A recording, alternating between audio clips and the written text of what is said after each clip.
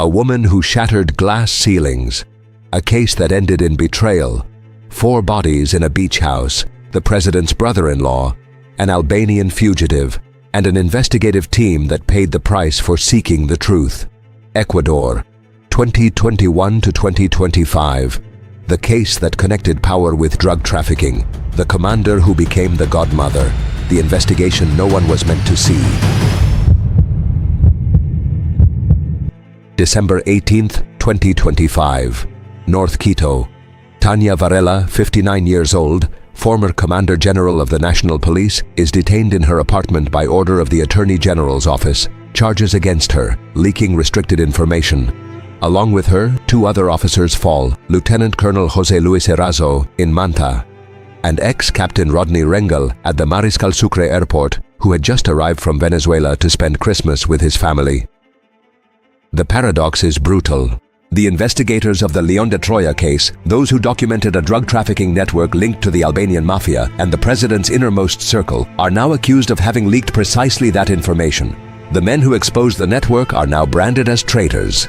The commander who was supposed to protect the country is accused of protecting the narcos. Tannya Varela had been the first woman in the history of Latin America to command a national police force. She rose step by step through a 36-year impeccable career. She was a symbol of female empowerment, a pioneer. But her name now resonates, associated with another title, La Madrina, the godmother, the alias she received when investigations linked her to organized crime. The question at the heart of this story is not simple. How did a woman with an unblemished career come to be labeled as the protector of the Albanian mafia? What happened between May 2021, when a police investigation named León de Troya began tracking cocaine routes through the ports of Guayaquil, and December 2025, when that same investigation led to the imprisonment of those who conducted it? The León de Troya case is the blueprint of how drug trafficking penetrated the structures of the Ecuadorian state. It is the story of how a network moving tons of cocaine towards Europe managed to place its people in key government positions. It is the account of a police team that discovered something they were never meant to discover. And it is, above all, the chronicle of a nation that became the world's largest drug exporter while its institutions crumbled from within. León de Troya. The name is no coincidence. Like the wooden horse hiding Greek warriors within. The containers of bananas, shrimp, and fish leaving the port of Guayaquil concealed kilos of cocaine destined for Rotterdam, Antwerp, Italy, and Albania. And just like in the Trojan legend, those who opened the gates paid the price. May 13th, 2021.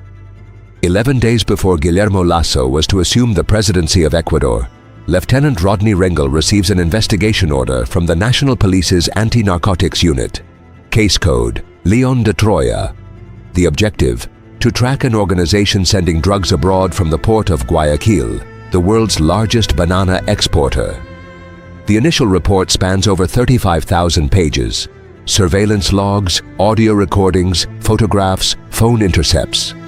3 names emerge, the pillars of a structure connecting businessmen, politicians, and international drug traffickers. The first is Ruben David Cherez Fagioni, a 63-year-old Guayaquil businessman specializing in logistics and fuel. His record is not clean. In November 1999, he was arrested in the Rio Grande case, accused of money laundering. He spent 7 months in prison. He was acquitted in October 2000 after a successful appeal, backed by testimonies attesting to the moral solvency of his close friend, Danilo Carrera. 2 decades later, Cherez reappears as the link between major Ecuadorian capital and the Albanian mafia. His tax profile is strange. Between 2009 and 2023, he filed no income tax returns. His payments for the capital exit tax ranged between 305 and 1,123s. He wasn't formally a successful businessman, but his connections made him a key piece on the board. The second name is Danilo Carrera Drué, an 83-year-old banker, founder and president of Banco de Guayaquil, one of the country's most powerful financial institutions. Graduated with honors from the University of Guayaquil in 1963, he did postgraduate studies at the University of Houston, Texas. He was Minister of Industries under the military government of Guillermo Rodriguez Lara. He presided over the Ecuadorian Olympic Committee. In 1981, he co-founded the financial firm Finanzur with Guillermo Lasso, which merged with Banco de Guayaquil in 1990. Since then, Carrera held the position of board president for over 3 decades. But there's one detail that made him untouchable. He is the brother-in-law of Guillermo Lasso, the president-elect. Carrera is married to Marta Lasso, the president's sister. For decades, he ran the bank's board and wove a vast network of influence within Ecuador's political and business world. According to the police report, Carrera placed trusted individuals in strategic state positions with objectives that went beyond the legal. In the 2021 election campaign, Carrera donated $50,000 to Lasso. He wasn't just his brother-in-law, he was his financier. The third is Dritan Gjika, alias Tony, an Albanian, 47 years old, born in Ecuador. He arrived in Ecuador in November 2009 on a temporary visitor visa. He became a naturalized citizen in 2013. Gjika is identified as the leader of the Albanian mafia, controlling 80% of the cocaine routes from South America to Europe. With Cheris, Gjika founded at least 12 shell companies on the very same day, June 17, 2021, Kresmark, Osaka Fish, Agricom Trade, Canasas, Sobrifsa, Construador, all registered for diverse activities from fruit export to construction and waste management. None complied with anti-money laundering regulations. None filed financial statements. All served as Trojan horses in the ports of Guayaquil. Gjika is linked to the Albanian Bello clan, one of the groups most active in cocaine trafficking from South America. He traveled constantly between Ecuador, Albania, Turkey, and the United Arab Emirates, always under the radar, always protected. The context was explosive. Ecuador was emerging from the pandemic under Lenin Moreno's government, marked by economic instability and the collapse of the prison system. Massacres in the prisons had left dozens dead. Drug trafficking was beginning to dominate entire territories. And Guillermo Lasso, the right-wing banker, came to power promising order and prosperity. But something was moving beneath the surface. On May 5, 2021, a meeting between Dritan Gjika, Cheres, José Eduardo Villavicencio Rugel, and Victor Leon Jiménez plans the transfer of cocaine from Loja and El Oro towards Guayaquil. Police investigators establish a pattern. The Albanian mafia financed Lasso's campaign in exchange for protection and impunity at customs to contaminate export containers. Tannya Varela enters the scene that same month. On March 22, 2021, Lenin Moreno appoints her as Commander General of the National Police. She is the first woman in Ecuador's history to hold that position. More than that, she is the first in all of Latin America. Her story is that of a woman who broke every glass ceiling. She was born on November 16, 1966, in Ibarra, Imbabura province. She was a standout athlete, a national track and field champion, part of the basketball team. At 17, she decided her life would be in the police. In 1984, she entered the General Alberto Enriquez Gallo Higher School. 3 years later, in 1987, she graduated as a sub-lieutenant. There were only 12 other women in the institution. Her first job was in the transit group in Pichincha. Then she moved to the urban service unit in Ibarra, becoming one of the first female police officers directing traffic. Later, she was an investigation agent for Interpol. She worked in the Galapagos. From 1996 onward, the majority of her career, over 20 years, was developed in Guayaquil. She was an assistant at the Guayas Command, head of crime georeferencing, director of the Female Police Training School in Guayaquil, provincial head of migration, director of the police hospital, commander of the Central District, and of the Guayas subzone. She was even part of DINAPEN, the police department for children and adolescents. Additionally, she held the positions of director of the police higher school and chief of the institution's sub-command. During this professional journey, she began a romantic relationship with Edwin Noguera, a future police commander whom she later married. She had 3 children. Varela replaced Patricio Carrillo, who was forced to resign after his disastrous management during the start of Ecuador's worst prison massacres. Maria Paula Romo, the Minister of Government at the time, placed her in the position. Varela said in her inauguration speech, "Here we have a brave woman, a woman who is not here because she is a woman, but a woman who has built a life's work in 36 years of service. A woman who, as always in her professional career, has given her all, and now I will give even more. On May 24, 2021, Lasso assumes the presidency and ratifies Varela in her post. 2 months later, on July 7th, something happens that will change the course of everything. Carondelet Palace, July 7th, 2021, 1:30 in the afternoon. Tannya Varela and Lieutenant Colonel José Luis Erazo meet with President Guillermo Lasso. They bring a PowerPoint presentation with over 100 slides. It is the complete report of the León de Troya case. Screen after screen, they detail the drug trafficking plot directly involving Danilo Carrera, the president's brother-in-law, and Ruben Cherez, his best friend. The scheme is clear. The Albanian mafia, led by Dritan Gjika, controls the routes from Ecuador to Europe. Cherez is the local operator, the man who knows the ports, the customs offices, the officials. Carrera is the political shield, the one who places people in key state positions to facilitate operations. 2 local drug traffickers complete the circle. Samir Maestre, alias Samir, in charge of contaminating the containers, and José Adolfo Macias Villamar, alias Fito, responsible for transport and security of the alkaloid. The hierarchical diagram presented by the investigators is devastating. In the first line of collaborators, Danilo Carrera, Jaime Nebot, ex-mayor of Guayaquil, José Enrique Nebot, his brother and ex-husband of Inés Manzano, former energy minister, and Bernardo Manzano, Inés's brother, placed as Minister of Agriculture at the direct request of Ruben Cherez through Danilo Carrera. The intercepted audios reveal how the system worked. In a recorded conversation, Cherez calls Carrera at 2 in the morning. "Compadre, tell him to send me his resume. I have the meeting in an hour. He's going to be minister." Confirmed. The resume belongs to Bernardo Manzano. Cherez is managing the appointment of a state minister. Carrera is the conduit to President Lasso. Manzano will be in charge of increasing banana export quotas. Manzano has over 30 years of experience within the Noboa Group, Ecuador's largest banana exporter. He knows the business from the inside. When he is appointed Minister of Agriculture in May 2022, his first objective is to increase banana export quotas from 6 to 8 million boxes annually.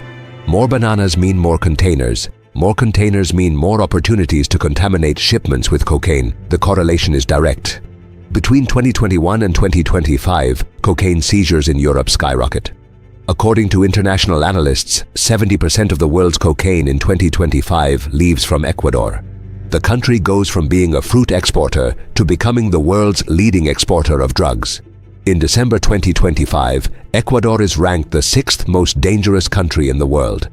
The coordinators and operators of the scheme include Juan Carlos Reina Pérez, a Banco de Guayaquil oficial, Alfonso El Pocho Harp, a communicator and sports journalist currently working for the government's digital media outlet Radio Centro, and Eduardo Cherez, Ruben's brother, who even worked as a public official at Ban Ecuador. The contamination method is sophisticated. They use the blind hook method. The drug is introduced into the containers just before loading, without breaking security seals or alerting the legitimate exporters. The containers pass all checks, leave Guayaquil, cross the Atlantic, and arrive at European ports where Albanian mafia collaborators extract the cocaine. Rotterdam, Antwerp, Hamburg, St. Petersburg, Koper.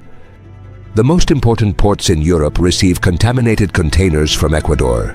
The shell companies of Gjika and Cherez serve to justify transactions, launder money, and hide profits. Osaka Fish exports fish. Cressmark exports fruit. Agricom Trade handles vegetables. They all have in common that their financial statements don't add up. Their operations leave no tax trail. Their partners are ghosts or frontmen. Police surveillance documents key meetings. On May 18, 2021, Cherez meets with the entire structure at the Sky Building cafeteria in Guayaquil. Present are Gjika, the Albanian, and others convicted of drug trafficking. On September 20, 2021, agents follow Cherez from his home in San Borondon to the residence of Nahim Masu, another individual processed in the Encuentro case. Security cameras capture the images, intercepted phones record the conversations. The investigators build a complete map of the network. During the July 7th meeting, the investigators confirm Lasso's phone number for Danilo Carrera. The president acknowledges that yes, that is his brother-in-law's number. He verifies the intercepts are real, the audio's authentic, that his innermost circle is involved in a drug trafficking network. But something happens after that meeting, something that reveals the true power of the criminal structure. In early September 2021, by order of Tannya Varela, the investigative team of the León de Troya case is dismantled. Rodney Rengel is removed from the anti-narcotics unit and transferred to dangerous zones, the southern district of Guayaquil, known as Guasmo Sur, and the La Huacharaca circuit in Esmeraldas. They are the most violent places in Ecuador. It's a punishment. It's a warning. José Luis Erazo receives similar pressures. Rengel receives threats. They tell him that if he doesn't shut his mouth, they'll shut it for him. He files a complaint with the prosecutor's office. No one does anything. He requests protection for his family. No one responds. General Giovanni Ponce, Inspector General of the police, directly orders Rengel to suspend and close the León de Troya investigations. He warns him that continuing will bring serious problems to President Lasso. Rengel refuses. He says, in a video recorded months later, "I opposed it. I had to do my job. I was removed from the unit. I was transferred to serve in the most dangerous places in my country. I fulfilled my duties responsibly. I received recognition, congratulations, decorations. But once this case became public, I received threats that if I didn't shut my mouth, they would shut it for me." In the following years, audios surface where Tannya Varela's voice is heard ordering the case to be filed. In one recording, Varela says, "I was very clear, I don't care about this. Do they want to shut it down? Shut it down. I know Danilo Carrera is involved because the president called me to the palace and told me, this is over, it's done, he's not stupid."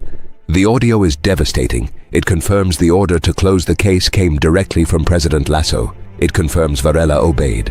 It confirms the investigation into drug trafficking, and the Albanian mafia was shelved to protect the president's brother-in-law. The case is officially closed in January 2022, but 1 month later, in February, the police report is leaked. The 145-page document begins to circulate in the media and reaches the National Assembly. The case that Lasso and Varela wanted to bury comes to light. March 31st, 2023, Punta Blanca, Santa Elena Province. 1 kilometer from Guillermo Lasso's summer home, 4 bodies are found in a rented house. Ruben Cherez, 63 years old. His girlfriend, Yoselim Rivadeneira, 22, a TikToker who had posted her location on social media. His friend Cesar Eduardo Amador, and the property's security guard, Juan Angel Perero. All are bound.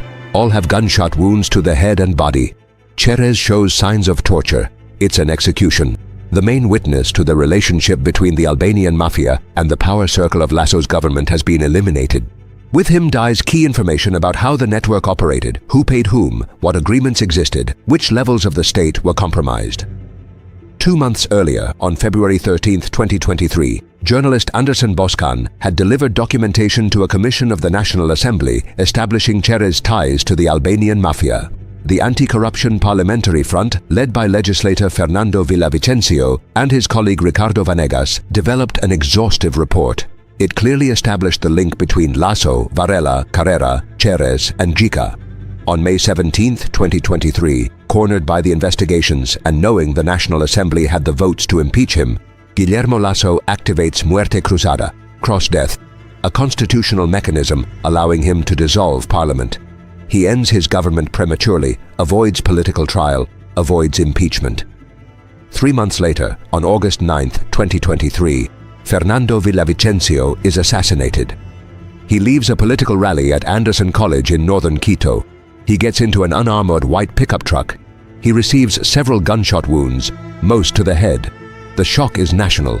Villavicencio was one of the principal investigators of corruption and drug trafficking in Ecuador. He had publicly denounced the tentacles of the Albanian mafia. He had pointed fingers at politicians, businessmen, and police officers. His death reduces the voting intention for the Citizens' Revolution candidate, Luisa Gonzalez, by more than 10 points, who, according to projections, was winning in the first round. Villavicencio's assassination changes the electoral course of the country. In December 2023, Rodney Rengel is dismissed from the police force for absenteeism. From hiding, he records videos explaining the entire León de Troya investigation. He accuses Lasso of cover-up. He accuses Attorney General Diana Salazar of closing the case on presidential orders. He denounces the death threats he received. He explains he issued alerts about planned attacks against his life, against José Luis Erazo's, against Fernando Villavicencio's, and against journalist Anderson Boscan's. No one did anything. Rengel says in a video, "Mr. President Guillermo Lasso, I hold you responsible for whatever may happen to my family and me. I have been a victim of persecution simply for doing my job. It wasn't my fault that a relative of the current president turned up in that investigation." Pressure on the Lasso government is unsustainable. The United States Embassy speaks publicly about narco generals in Ecuador. Michael Fitzpatrick, the U.S. ambassador, confirms that visas were revoked for high-ranking officers due to links to drug trafficking. Varela requests audits from the Comptroller's Office, the Financial Analysis Unit, UAFE, and the Superintendency of Banks for her assets and those of the High Command. Lasso dismisses Varela on January 23, 2022, citing the increase in violence in the country. The announcement comes one day after the massacre at La Playita del Guasmo in Guayaquil, which left 5 dead and 9 wounded. But something begins to move within the judicial system. November 20, 2024. An anti-corruption court sentences Danilo Carrera to 10 years in prison for organized crime. He is also fined $682,000 as restitution to the state. Due to his age, 86, the court orders him to serve the sentence under house arrest with an electronic ankle monitor. Antonio Icaza, former manager of the National Electricity Corporation, CNEL, receives 9 years and 4 months in prison. It is the first time someone from the president's innermost circle falls in the Encuentro case, an investigation that unified the León de Troya inquiries with corruption allegations in public companies. The sentence confirms that Carrera and Cherez exploited positions within the state to steer million-dollar contracts and facilitate drug trafficking operations. The court orders the freezing of assets and the retention of funds from the convicts' bank accounts to guarantee payment of full restitution. The fall of Danilo Carrera is symbolic. The banker who founded Banco de Guayaquil, who financed presidential campaigns, who placed ministers, who pulled strings in public companies, now has a shackle on his ankle. His home becomes his prison. His lawyers appeal. His contacts try to reverse the sentence. But the weight of the evidence is overwhelming. The audios, the surveillance, the shell companies, the steered contracts, everything is documented. May 26, 2025, Abu Dhabi, United Arab Emirates. Dritan Jika is captured in an international operation. Interpol Ecuador, in coordination with authorities from the Emirates and Spain, detains the leader of the Albanian mafia. Jika has 2 red notices for drug trafficking, money laundering, and organized crime. The capture of Jika is the result of months of shared intelligence. The Albanian had fled Ecuador in January 2023 before the audios linking him to Cherez were made public. He traveled to Turkey, then to Albania. Finally, he took refuge in the United Arab Emirates, believing he would be safe there, but authorities tracked him, located him, and arrested him at a residence in Abu Dhabi. Investigations reveal Jika laundered $36 million in Ecuador and €12 million in Spain. He invested in real estate, nightclubs, sports clubs. He bought one of the largest nightclubs in Europe. He acquired a luxurious sports club. He used banana companies as a front to send cocaine to Europe. He personally coordinated with Colombian suppliers. He had contracts to import up to 4,000 kilos of cocaine monthly. His network controlled ports in Rotterdam, Antwerp, Hamburg, and St. Petersburg. Spanish police reveal that during an intervention in Malaga province, €1 million in cash was found hidden in the double bottom of a vehicle's trunk. The money belonged to Jika. Ecuador requests his extradition. Spain does too. As of January 2026, the proceedings have not been addressed. Jika awaits in an Emirates prison while judicial procedures drag on. December 18, 2025. The prosecutor's office executes 5 raids in Pichincha and Manabi. It's a coordinated, simultaneous, precise operation. In northern Quito, police agents arrive at Tannya Varela's apartment. They knock on the door, show the warrant, detain her, seize her cell phone and a computer. Varela, 59 years old, former Commander General of the Police, the first woman to hold that position in Latin America. She is handcuffed and transferred to the prosecutor's office facilities. In Manta, José Luis Erazo Villarreal, Lieutenant Colonel and Chief of the Manta District, is at his home on a day off. Agents arrive in the morning, capture him, seize his cell phone and other evidence. Erazo was one of the leaders of the León de Troya investigation. He was the one who accompanied Varela to the meeting with Lasso on July 7, 2021. He was the one who documented the drug trafficking and corruption network at the Mariscal Sucre airport in Quito. Rodney Rengel arrives from Venezuela. He's coming to spend the Christmas holidays with his family. He has been in exile, fearing the threats. As he gets off the plane, agents detain him. His son is present, sees him handcuffed, asks for his blessing. Rengel's father, an elderly man, begs the authorities to guarantee his son's life. Ask the state to protect him. Guarantees for my son's life, he says in front of the cameras. The accusation is precise: dissemination of restricted information in the León de Troya case.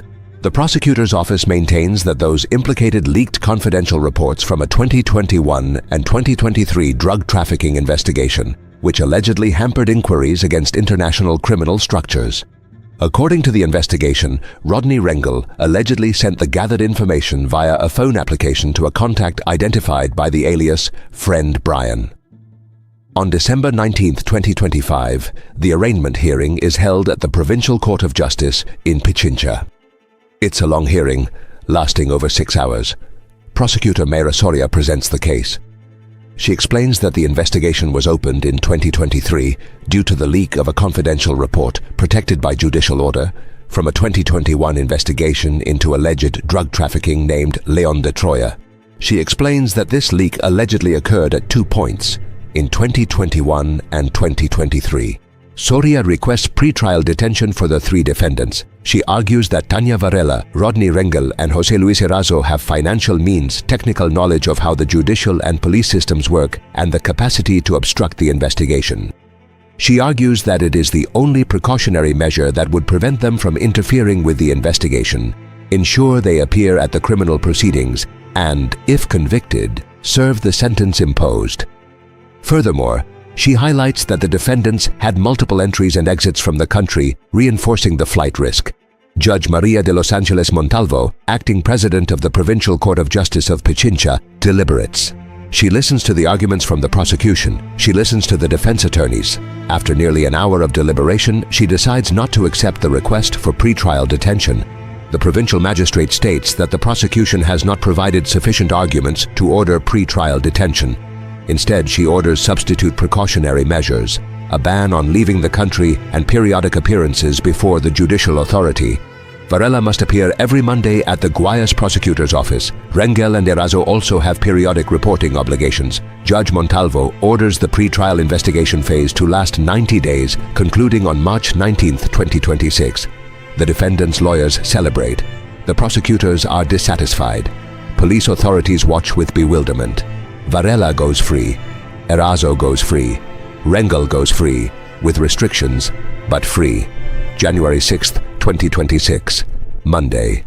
The first mandatory periodic appearance. Tannya Varela does not show up for her appointment at the Guayas prosecutor's office. She defies the court order. The provincial secretary certifies her absence. Her whereabouts become uncertain. No one knows where she is, if she fled the country, if she's hiding in Ecuador, if she plans never to return. The prosecutor's office can now request a review of the precautionary measures to issue a pretrial detention order against the former official. If that decision is made, Varela will be considered a fugitive from Ecuadorian justice. The very ones who accused her of leaking information to protect drug trafficking must now pursue her as a fugitive. The irony is brutal. The investigators who exposed the plot are imprisoned or persecuted. The commander who was supposed to dismantle the network is accused of protecting it, and now she is a fugitive. The president's brother-in-law is under house arrest. The Albanian leader is in Abu Dhabi awaiting extradition. Cherez, the key operator, is dead. Villavicencio, the whistleblower, is dead. And Ecuador is the 6th most dangerous country in the world in December 2025. The León de Troya case is more than a police investigation filed and reopened. It is the map of how drug trafficking devoured Ecuadorian institutions. It is the proof that criminal networks do not operate on the margins of the state, but from the very center of power. Tannya Varela, the first woman to command a police force in Latin America, went from being a symbol of empowerment to being known as La Madrina, the godmother. Her 36-year career, built with discipline and achievements, ended buried under accusations of having protected the very organization she was supposed to fight. She appointed trusted people to key positions, dismantled investigative teams, ordered cases to be filed, facilitated the movement of Albanian kingpins within the country.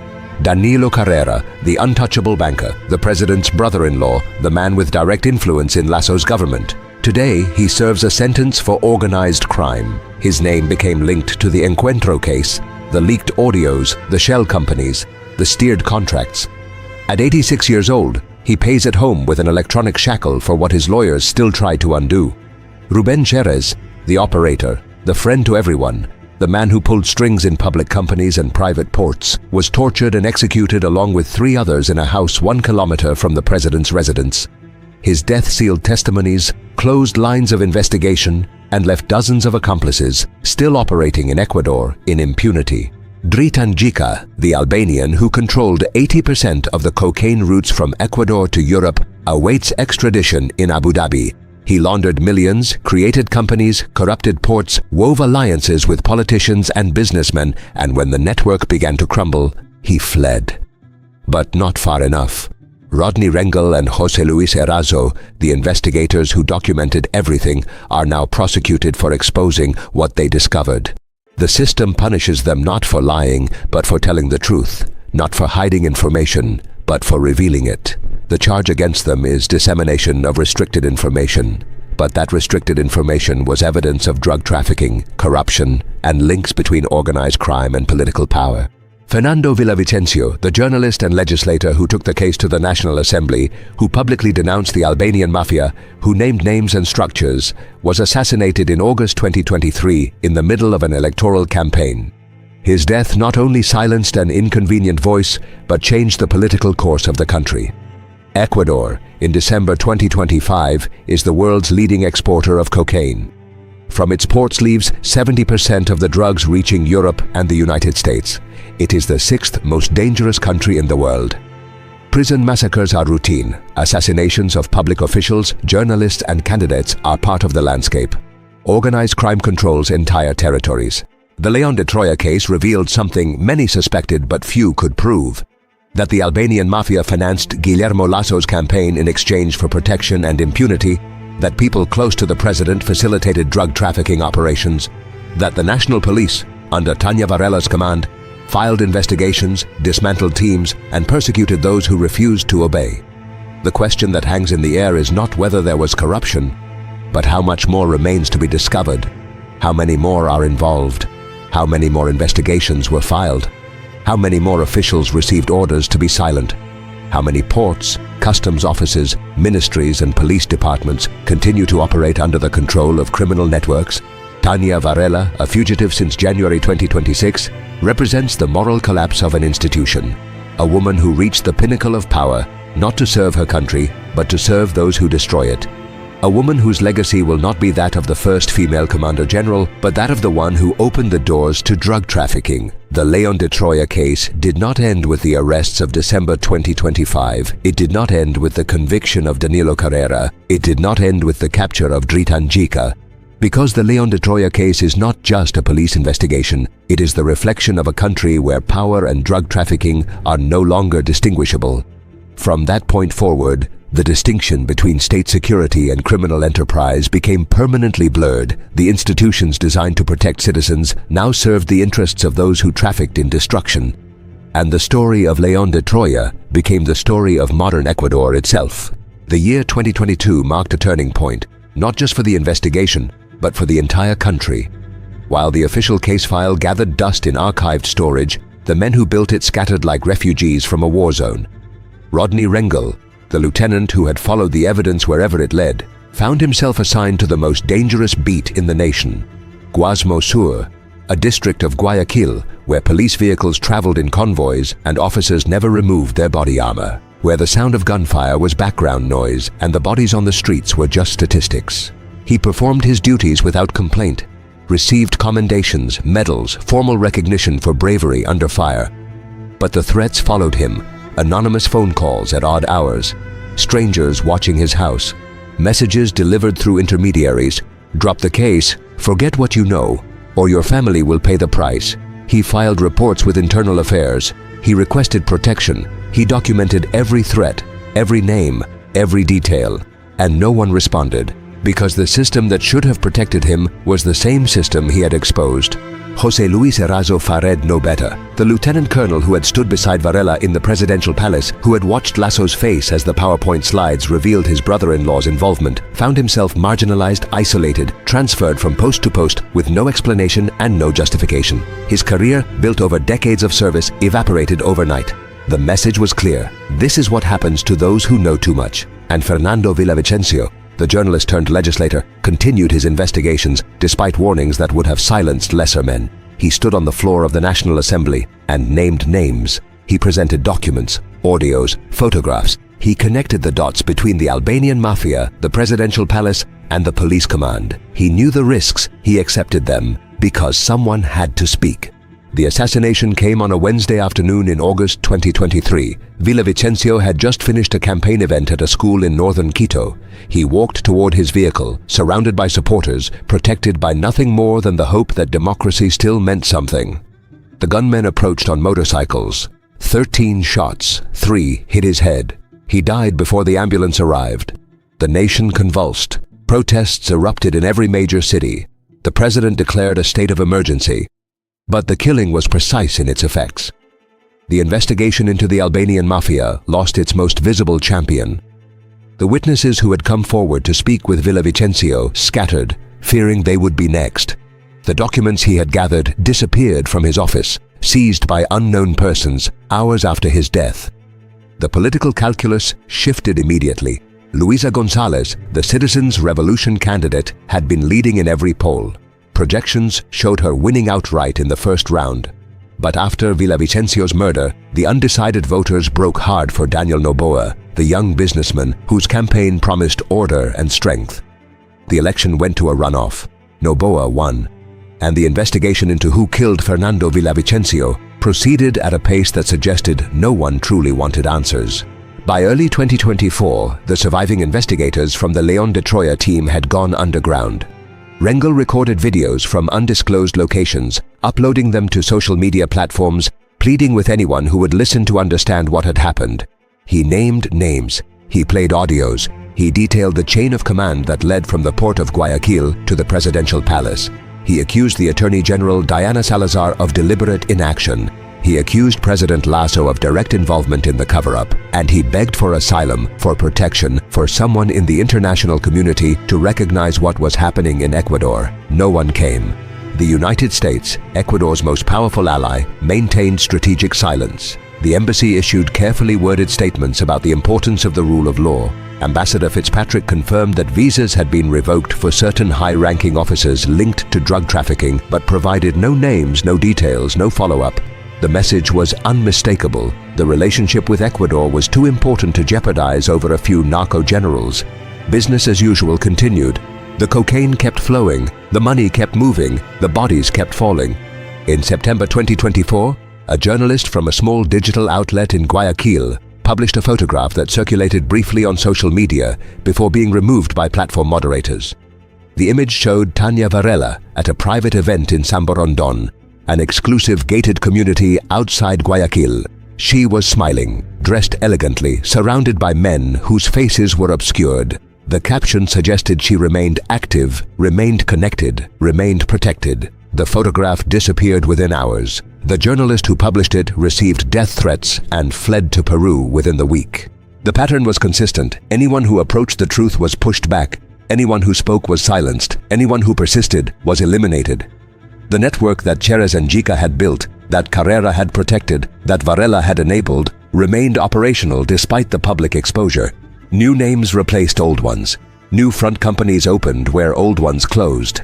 The cocaine continued its journey from the highlands of Colombia and Peru, through the laboratories of Ecuador's coastal provinces, into the containers loaded with bananas and shrimp, across the Atlantic into the ports of Europe where the Albanian mafia waited to receive it. The scale of the operation defied comprehension. By 2025, international monitors estimated that 1,800 metric tons of cocaine passed through Ecuador annually. At wholesale prices in Europe, that represented approximately $45 billion in revenue. Money that did not stay in the hands of traffickers alone, money that flowed upward into political campaigns, into police pensions, into bank accounts, controlled by men who had never seen a cocaine laboratory, but who understood exactly how the system worked. The ports of Guayaquil became the epicenter of a global phenomenon. Rotterdam, the busiest port in Europe, reported that 70% of the cocaine seized in its facilities originated in Ecuador. Belgian authorities documented the same pattern. Spanish investigators traced shipments back to specific exporters, specific containers, specific dates that corresponded precisely with the expansion of export quotas managed by Bernardo Manzano at the Ministry of Agriculture. The banana industry, Ecuador's legitimate pride, became the perfect cover for the country's illegitimate transformation. Between 2021 and 2025, banana exports increased by 40%. Container traffic through Guayaquil increased by a similar percentage. And cocaine seizures in Europe increased by 300%. The correlation was not coincidence. It was design. Manzano, appointed at Cherez's request, facilitated the expansion with bureaucratic efficiency.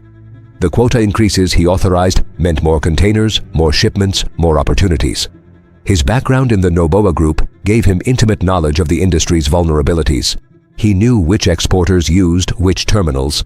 He knew which customs officers could be compromised. He knew which shipping lines asked few questions and accepted cash payments. He was not a criminal mastermind. He was a facilitator, a cog in a machine far larger than himself. When the Encuentro investigation finally brought charges against him in late 2024, Manzano protested his innocence with the conviction of a man who truly believed he had done nothing wrong. He had only increased quotas. He had only followed procedures. He had only done what ministers do. That the quotas facilitated drug trafficking was not his concern. That the procedures were designed to be exploited was not his fault. That his actions had consequences he could not have foreseen was the argument of a man who refused to see what was right in front of him. The court disagreed. Manzano received a sentence of 8 years for his role in the conspiracy. His lawyers appealed. His family protested. His political allies distanced themselves, and the machine continued operating without him. Meanwhile, in Abu Dhabi, Dritan Gjika waited. The Albanian who had built an empire from nothing, who had transformed himself from a migrant arriving in Ecuador with nothing but ambition into one of the most wanted men in Europe, now occupied a cell in a foreign country whose language he did not speak, whose customs he did not understand, whose legal system offered no clear path forward. His capture in May 2025 had been a triumph of international cooperation. Interpol agents, working with Emirates authorities, had tracked him to a luxury apartment in the heart of Abu Dhabi. They found him alone, surrounded by documents, laptops, and ledgers that detailed the full scope of his operations. The evidence they seized would fill volumes, bank records showing transfers totaling $36 million through Ecuadorian accounts, property deeds for nightclubs in Spain, apartments in Turkey, warehouses in Albania, contracts written in Spanish and Albanian specifying quantities, delivery dates, payment terms, photographs of Gjika with men whose faces appeared on wanted posters across Europe. But extradition proved complicated. Ecuador requested his return to face charges there. Spain requested his transfer to face charges in Madrid. Albania, his country of origin, made its own claims.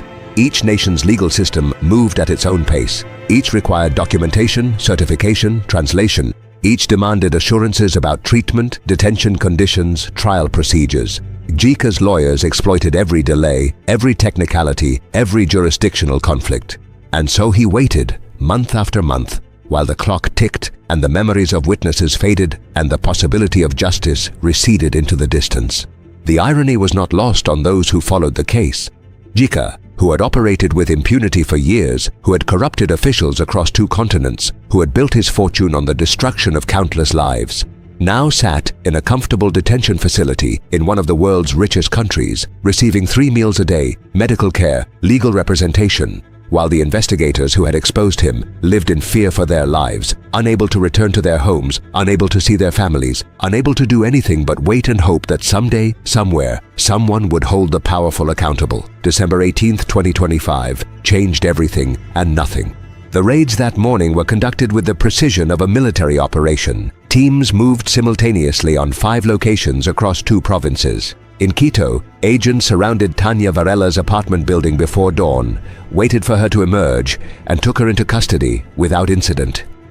She offered no resistance. She made no statement. She simply allowed herself to be handcuffed and led away, her expression revealing nothing of what she felt or knew or feared. In Manta, José Luis Erazo was still in his pajamas when the agents arrived. He had been home on leave, spending time with his family, trying to rebuild some semblance of normal life after years of uncertainty. He asked only to be allowed to dress properly before being taken. The agents agreed. He emerged in civilian clothes, kissed his wife, hugged his children, and walked to the waiting vehicle without looking back. At Mariscal Sucre Airport, the scene was different. Rodney Rengel had just cleared customs when the agents approached. He had flown in from Venezuela, where he had been living in exile, surviving on the kindness of strangers and the occasional payment for interviews with journalists who still cared about the truth. His son, a young man in his 20s, stood beside him, ready to embrace his father after months apart. Instead, He watched as his father was handcuffed and read his rights.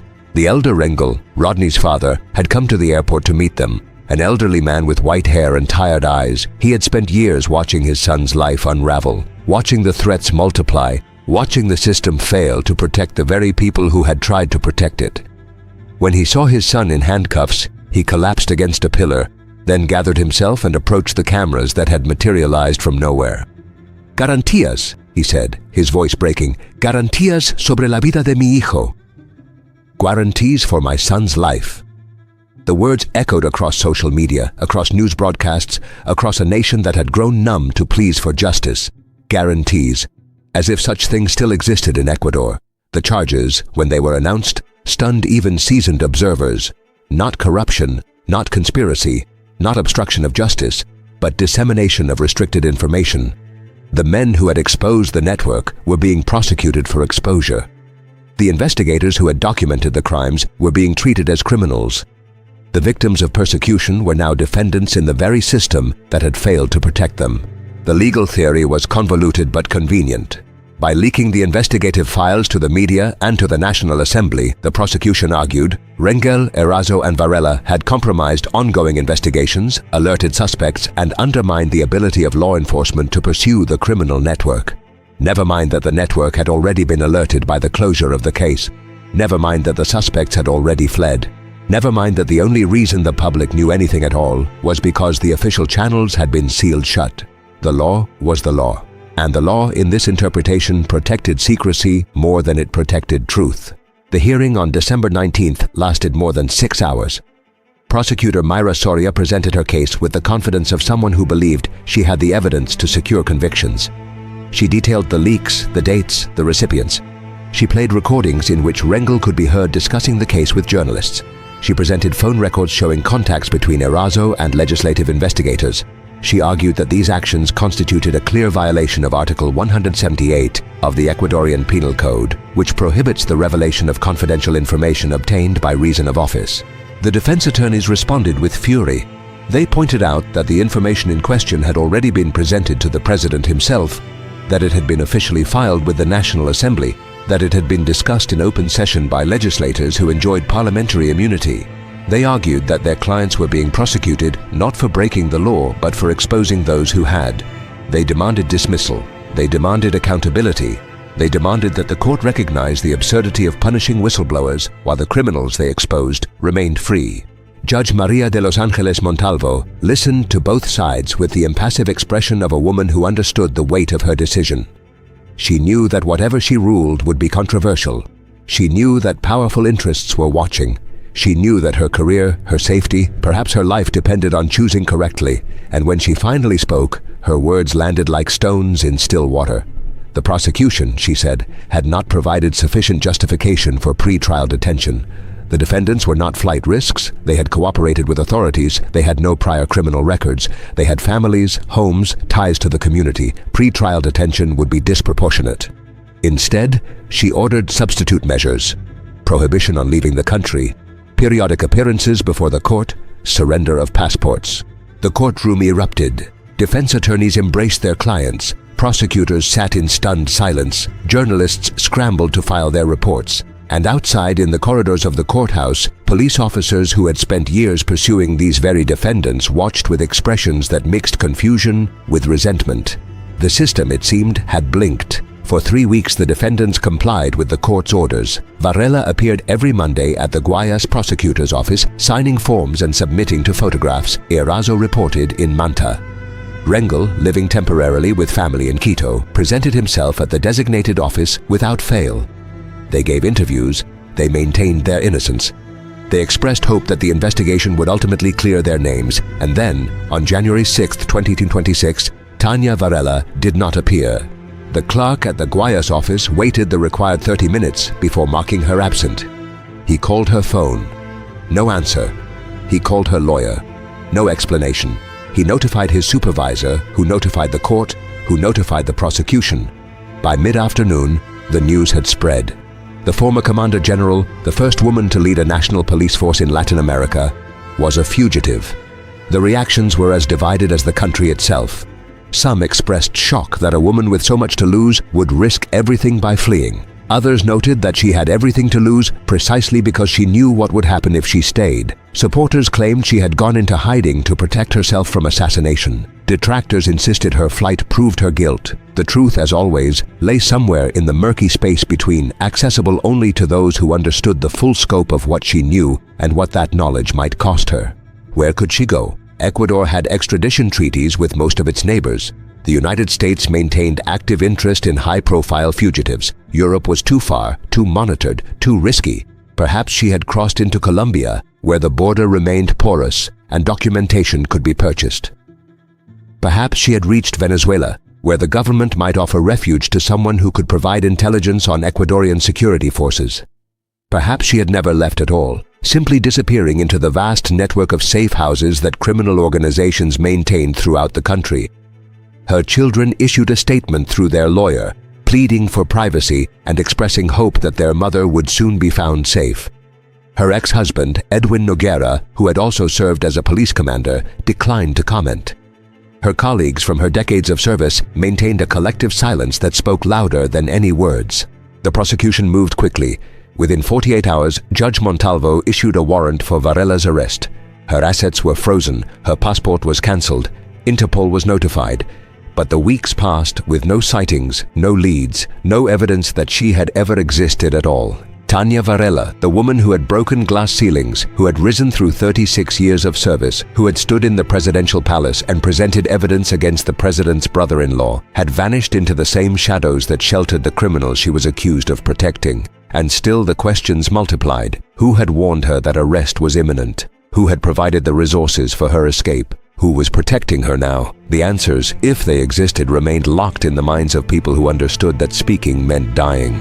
José Luis Erazo continued his periodic appearances, his face carrying the weight of a man who knew he might be next. Rodney Rengel remained in Ecuador, refusing to flee despite the threats, despite the fear, despite everything. "If I run," he told a journalist in a whispered phone call, "they win. If I hide, they win. The only way to fight is to stay and make them arrest me, make them try me, make them show the world what they're doing." The world, however, was not watching. International media had moved on to other crises, other conflicts, other countries where the drama unfolded with more immediacy. The story of Ecuador's transformation into a narco state had become background noise, a recurring theme in reports about Latin America that blurred together into a single narrative of violence and corruption. The specifics mattered only to those who lived them. But for those who did live them, the specifics were everything. The names of the dead, the dates of the meetings, the contents of the audios, the faces of the men who had smiled in photographs while planning the destruction of thousands of lives. These details constituted a history that would be written not in official documents, but in the memories of survivors, in the testimony of witnesses, in the recordings that Rengel had hidden in locations known only to himself. February 2026 brought a new development. The Spanish National Court, which had been investigating Jica's operations in that country for years, issued a formal request for his extradition from the United Arab Emirates. The request detailed his involvement in the importation of more than 40 tons of cocaine through the port of Algeciras between 2020 and 2024. It named accomplices in Malaga, Madrid, Barcelona. It described the nightclub he had purchased in Marbella as a front for money laundering operations totaling $12 million, and it included testimony from a protected witness who had worked directly with Jica and could identify him in court. Ecuador's competing request, filed months earlier, remained pending. The Foreign Ministry in Quito issued statements expressing confidence that the extradition would proceed, but diplomatic sources acknowledged that Spain's case was stronger, more detailed, more likely to succeed. If Jica went to Madrid, Ecuador might never get him back. And without Jica's testimony, without his cooperation, without the evidence he could provide, the case against the Ecuadorian officials who had protected him would remain incomplete. The irony was exquisite. The man who had corrupted Ecuador's institutions might escape judgment there entirely, tried instead in a European court where the names of Ecuadorian politicians would never be spoken, where the connections to the presidential palace would never be explored, where the full scope of the conspiracy would remain hidden behind the technical requirements of international law. In Guayaquil, the port continued operating, the containers continued loading, the ships continued sailing, and somewhere in the labyrinth of export licenses and customs declarations and shipping manifests, the cocaine continued flowing.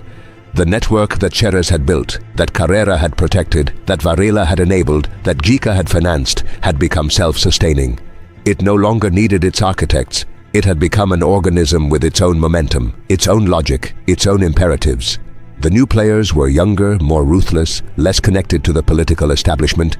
They did not need friends in the presidential palace because they had purchased the entire customs service. They did not need police protection because they had killed or corrupted every officer who might oppose them. They did not need shell companies because they owned the ports themselves through intermediaries whose names appeared on no public record. Ecuador in early 2026 presented a paradox that analysts struggled to explain. The murder rate, which had peaked in 2023, had actually declined slightly. The government celebrated this as evidence that security policies were working. But those who understood the dynamics of drug trafficking knew the truth. The violence had decreased not because the traffickers had been defeated, but because they had won. The territories were consolidated. The competition was eliminated. The state had withdrawn from entire regions, leaving them under the effective control of organizations that operated with the efficiency of corporations and the brutality of armies. In Esmeraldas province, along the northern coast, the streets belonged to Los Choneros, the gang whose leader, José Adolfo Macías Villamar, alias Fito, had been named in the León de Troya documents as responsible for transport and security. Fito had escaped from prison in January 2024, triggering a nationwide manhunt that produced nothing but headlines. He was rumored to be in Colombia or Venezuela or somewhere in the impenetrable jungle along the border. His organization, however, functioned perfectly without him, directed by lieutenants who communicated through encrypted channels and enforced discipline through murder. In Guayas province, the battleground shifted constantly as smaller groups fought for scraps while the major players consolidated. The port remained the prize, the source of endless wealth for those who controlled access to the containers.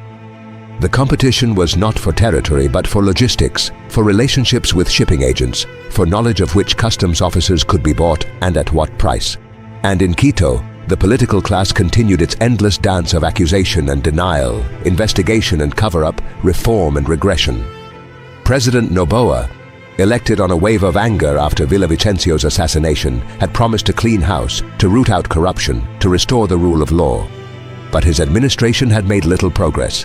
The same faces occupied the same offices, the same interests influenced the same decisions. The same system that had enabled the rise of the Albanian mafia continued functioning as if nothing had happened. The National Assembly, reconstituted after the 2023 dissolution, showed sporadic interest in the ongoing scandal. Committees were formed, hearings were scheduled, witnesses were called. But each investigation encountered the same obstacles: documents that could not be located, witnesses who could not be found, evidence that had been destroyed. The pattern was too consistent to be coincidence. The cover-up, like the original crime, was systematic. March 19, 2026, arrived with little fanfare. It was the deadline set by Judge Montalvo for the conclusion of the pre-trial investigation against Rengel, Erazo, and the still fugitive Varela. The prosecution submitted its final report, 347 pages of evidence, testimony, and argument. The defense submitted its response, 892 pages of rebuttal, challenge, and counter-argument. The case would now proceed to trial, assuming the defendants could be located and produced in court. Varela's absence cast a shadow over the entire proceeding. If she remained a fugitive, her trial would be held in absentia, a symbolic exercise with no practical consequence. If she were captured, the trial would be delayed further. If she were dead, the case against her would be closed. None of these outcomes promised justice. None of them answered the questions that had haunted the investigation from the beginning. Who had ordered the case closed in September 2021? Varela's own words on the leaked audio pointed directly at President Lasso. But Lasso was no longer in power, no longer protected by presidential immunity, no longer able to hide behind the office he had held. Yet no investigation had been opened. No charges had been filed. No one in authority had even suggested that the former president might have something to answer for. Who had killed Ruben Cheres? The investigation into the Punta Blanca massacre had produced no arrests, no suspects, no credible theories. The 4 bodies had been buried, the case file closed, the families left with nothing but questions. The house where the executions occurred had been demolished, erasing any physical evidence that might have remained. The witnesses who might have spoken had scattered or died. Who had ordered Villavicencio's assassination?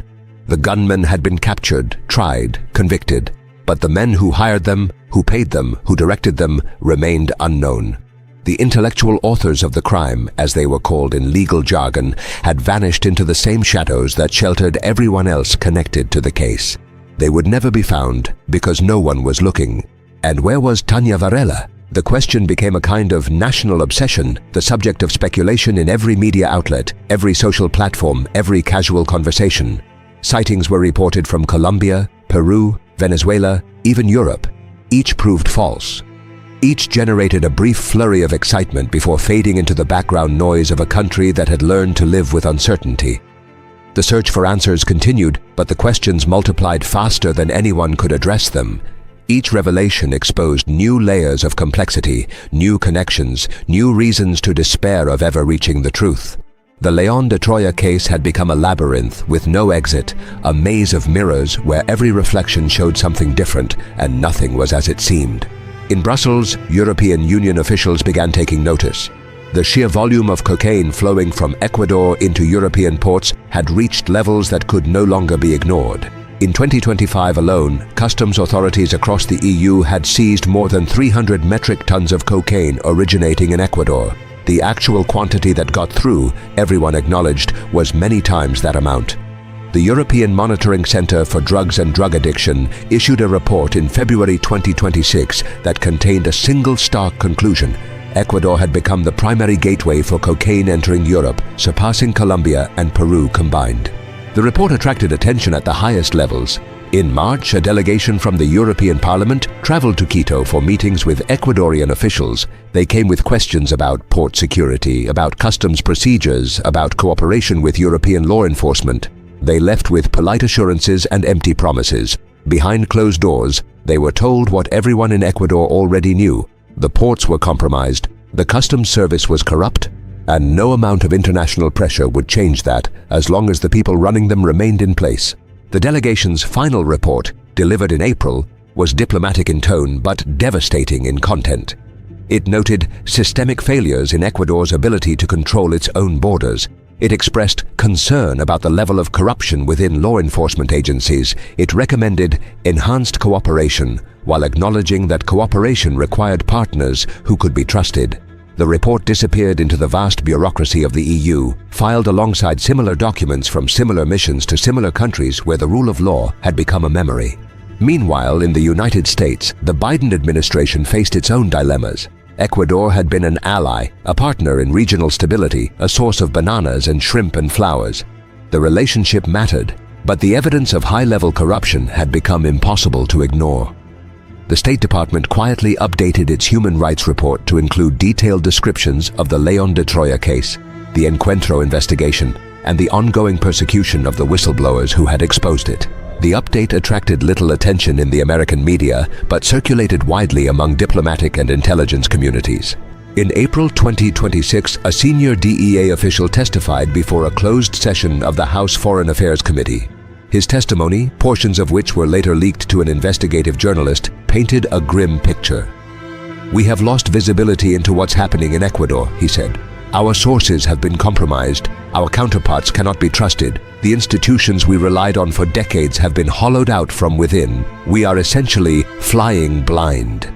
The implications extended far beyond Ecuador.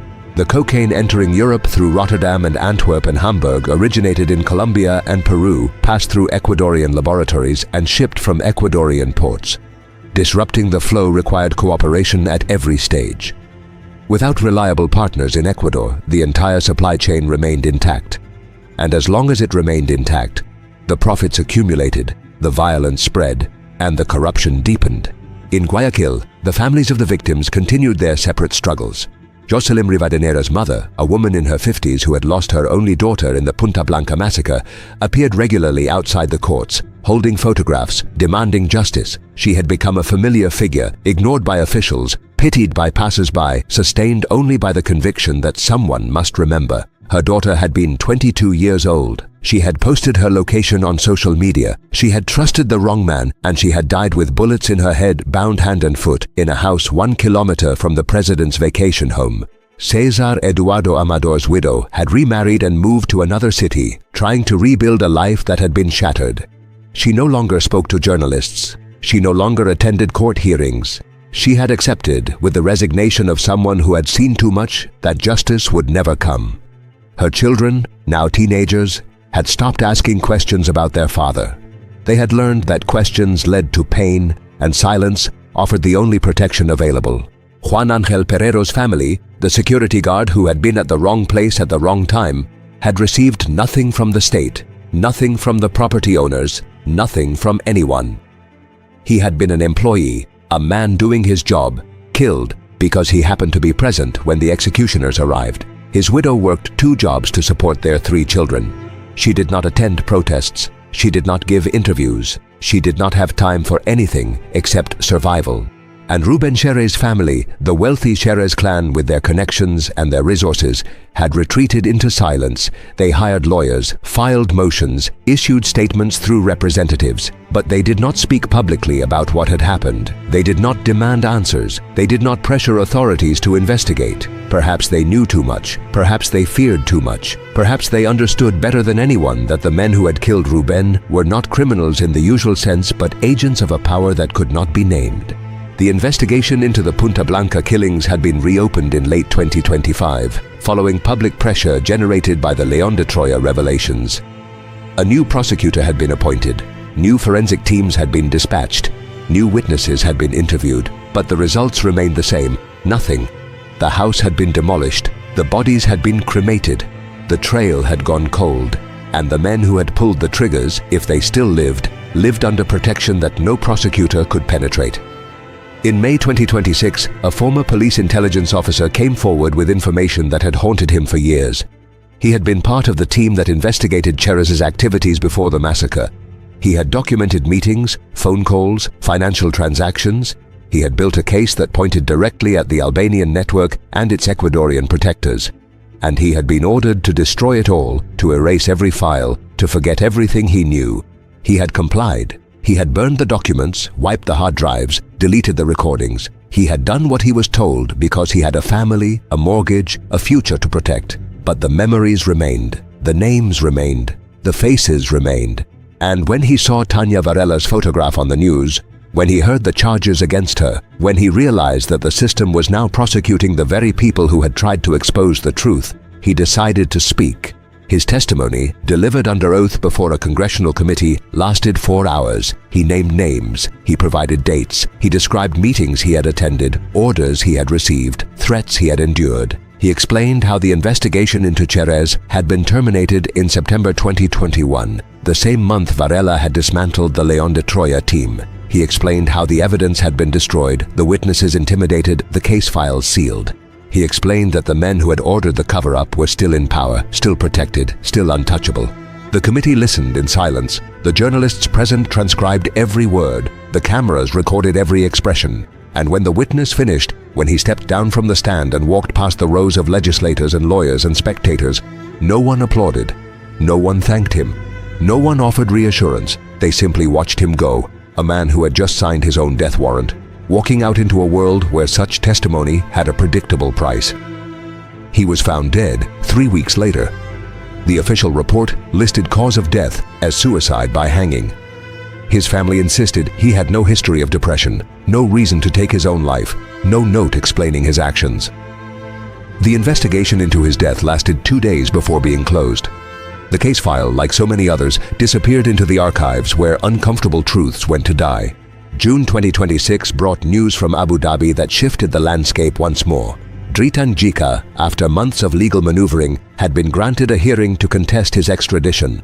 His lawyers argued that he could not receive a fair trial in either Ecuador or Spain, that the proceedings against him were politically motivated, that his rights would be violated if he were transferred. The Emirates Court, operating under a legal system that blended civil law with Sharia principles, listened to arguments that would have been dismissed in any Western jurisdiction. The hearing lasted 3 days. Witnesses testified via video link. Documents were submitted in multiple languages. Interpreters struggled with the technical terminology of drug trafficking investigations. And at the end, the judge announced that a decision would be rendered within 60 days. Jica returned to his cell, his lawyers expressed confidence, and the families of his victims waited with the patience of those who had learned that justice moved at its own pace, if it moved at all. In Ecuador, the wait for Jica's extradition had become a kind of national obsession. News programs featured daily updates on the legal proceedings. Social media erupted with speculation about what he might reveal if brought to trial. Some believed he would implicate the highest levels of the previous government. Others feared he would be killed before he could speak. Still others suspected that the entire extradition process was a charade designed to create the appearance of progress while ensuring that the truth remained buried. The truth, however, had a way of emerging despite the best efforts to suppress it. In July 2026, a journalist from a small digital outlet in Quito published a series of articles based on documents that had been leaked from within the prosecutor's office. The documents, which appeared authentic based on subsequent analysis, detailed the full scope of the investigation that had been conducted into the León de Troya case before it was closed. They included transcripts of intercepted phone calls, photographs of meetings between Cherez and Jica, financial records showing transfers through shell companies, and witness statements from individuals who had worked within the network. The publication caused an immediate sensation. Other media outlets picked up the story. Legislators demanded explanations. The prosecutor's office issued a statement denying the authenticity of the documents, while simultaneously announcing an investigation into their leak. The journalist who published them went into hiding, emerging only for carefully scheduled interviews conducted through encrypted channels. Among the documents was a recording that had not been previously released. In it, Rubén Cherez could be heard discussing a meeting with Danilo Carrera at which they had planned the placement of Bernardo Manzano in the Ministry of Agriculture. The conversation, dated March 2022, revealed that Carrera had personally intervened with President Lasso to secure the appointment. El presidente entiende la importancia, Cherez said. Entiende que necesitamos gente de confianza en posiciones clave. The president understands the importance. He understands we need trusted people in key positions. The recording raised questions that went to the heart of the case. If Lasso had known about Manzano's appointment, if he had approved it at Carrera's request, if he had understood that placing a man from the Noboa group in the agriculture ministry would facilitate the expansion of export quotas, then his involvement went far beyond passive acceptance of his brother-in-law's activities. He was not merely protecting Carrera, he was actively participating in the scheme. The former president, through his lawyers, denied any knowledge of the arrangement. He had appointed Manzano based on his qualifications, his experience, his reputation in the agricultural sector. The suggestion that the appointment was part of a drug trafficking conspiracy was absurd, defamatory, politically motivated. Lasso's supporters echoed these denials, pointing to his record as a businessman, a banker, a man of integrity. His detractors responded with the recording, with the documents, with the testimony of witnesses who had no reason to lie. The debate, like so many others in Ecuador, resolved nothing. Those who believed Lasso was innocent continued to believe. Those who believed he was guilty continued to believe. And the truth, whatever it might be, remained locked in the minds of men who would never speak because speaking meant dying. August brought a development that shifted attention away from the past and toward the present. The trial of Rodney Rengel and José Luis Erazo, delayed multiple times due to procedural motions, was finally scheduled to begin on September 15th. The court announced that Tannya Varela, still a fugitive, would be tried in absentia. Her lawyers protested, arguing that she could not receive a fair trial if she were not present. The court overruled the objection, noting that she had chosen to flee and could not benefit from her own flight. The announcement generated intense interest. Media outlets from across Latin America requested credentials. International human rights organizations announced they would send observers. The families of the defendants prepared for a trial that would determine not only their fate, but the fate of the case itself.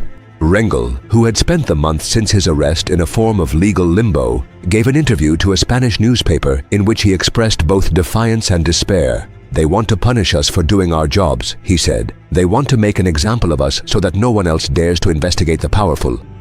But they have already failed. Because the truth is out there. The documents are public. The recordings have been heard. They can put us in prison, but they cannot make people forget what we discovered." Erazo, more cautious, declined to speak publicly. His lawyers advised silence, fearing that any statement could be used against him at trial. His family maintained a low profile, avoiding journalists, refusing interviews, hoping that the proceedings would somehow produce a just outcome. The prosecution, meanwhile, prepared its case with the resources of the state behind it. Witnesses had been identified, evidence had been organized, arguments had been rehearsed. The theory of the case remained the same. The defendants had leaked restricted information, compromising national security and obstructing ongoing investigations. The fact that the information they leaked exposed a criminal network reaching into the highest levels of government was, from the prosecution's perspective, irrelevant. The law was the law, and the law said that leaking classified information was a crime. The defense prepared to argue that the information was not properly classified, that it had been leaked to expose corruption, that the prosecution itself was part of a cover-up designed to protect the powerful. They would call witnesses who could testify to the authenticity of the León de Troya investigation. They would present evidence that the case had been closed improperly. They would argue that their clients were not criminals, but heroes, not traitors, but patriots. The trial, when it began, would determine more than the fate of two men. It would determine whether Ecuador's judicial system could function independently of the political pressures that had corrupted every other institution. It would determine whether the rule of law still meant something in a country where the rule of money had become absolute. It would determine whether the truth could survive in an environment designed to destroy it. September 15th arrived with the humidity that characterized Quito's dry season, a deceptive coolness that gave way to afternoon heat. The courthouse, a modernist structure in the north of the city, filled with journalists, observers, and security personnel. The defendants arrived separately, Rengel in a suit that hung loosely on his frame, Erazo in the uniform of a man who had spent his life in service to an institution that had abandoned him. They did not speak to each other. They did not acknowledge the cameras. They walked through the crowd with the focus of men who understood that their lives depended on what happened in the hours ahead. The presiding judge, a woman in her 50s with a reputation for independence, called the court to order. The prosecution began its opening statement. The defense prepared its response. And in the back of the room, in seats reserved for family members, Rengel's father sat with his hands clasped, his eyes fixed on his son, his lips moving in prayers that no one could hear. The courtroom fell silent as the prosecution's opening statement began. The lead prosecutor, a woman whose career had been built on convictions, stood before the judges and delivered words that would echo through the months ahead. She spoke of duty, of law, of the sacred obligation to protect state secrets. She described the defendants as officers who had betrayed their oath, who had placed personal vendetta above public service, who had damaged the very institutions they had sworn to defend. The defendants listened without expression. Rengel's hands rested on the table before him, motionless. Erazo's eyes remained fixed on some point in the middle distance, avoiding the gaze of the prosecutor, the judges, the journalists who watched his every movement. Behind them, in the section reserved for family, Rengel's father continued his silent prayers, while Erazo's wife gripped the arm of her seat with knuckles gone white. The prosecution's case unfolded over the following days with the methodical precision of a machine designed to produce convictions. Witness after witness took the stand to testify about the classified nature of the León de Troya investigation, the procedures that had been violated, the damage that had been done. Police officials who had served alongside the defendants described the protocols for handling sensitive information.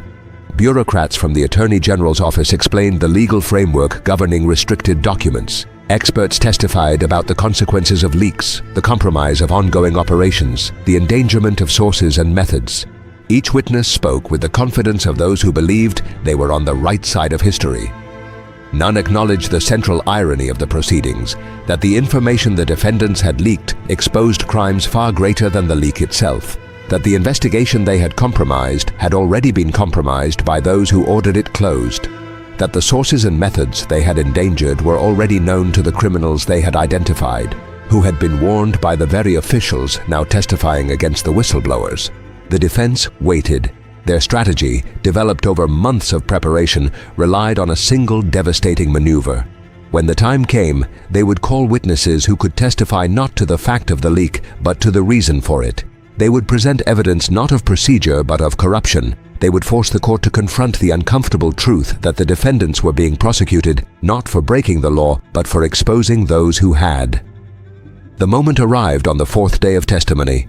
The defense called its first witness, a former intelligence analyst who had worked on the original León de Troya investigation. He had been present at the meetings where evidence was gathered. He had transcribed the intercepted calls. He had seen the photographs, reviewed the financial records, compiled the reports. and he had watched as his work was destroyed, his conclusions ignored, his career ended by the same officials who now sat in judgment of his colleagues. His testimony lasted 3 hours.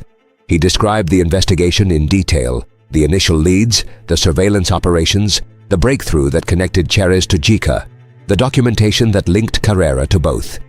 He explained how the team had worked around the clock, driven by the conviction that they were doing something important, something that would make a difference, and he described the moment when everything changed.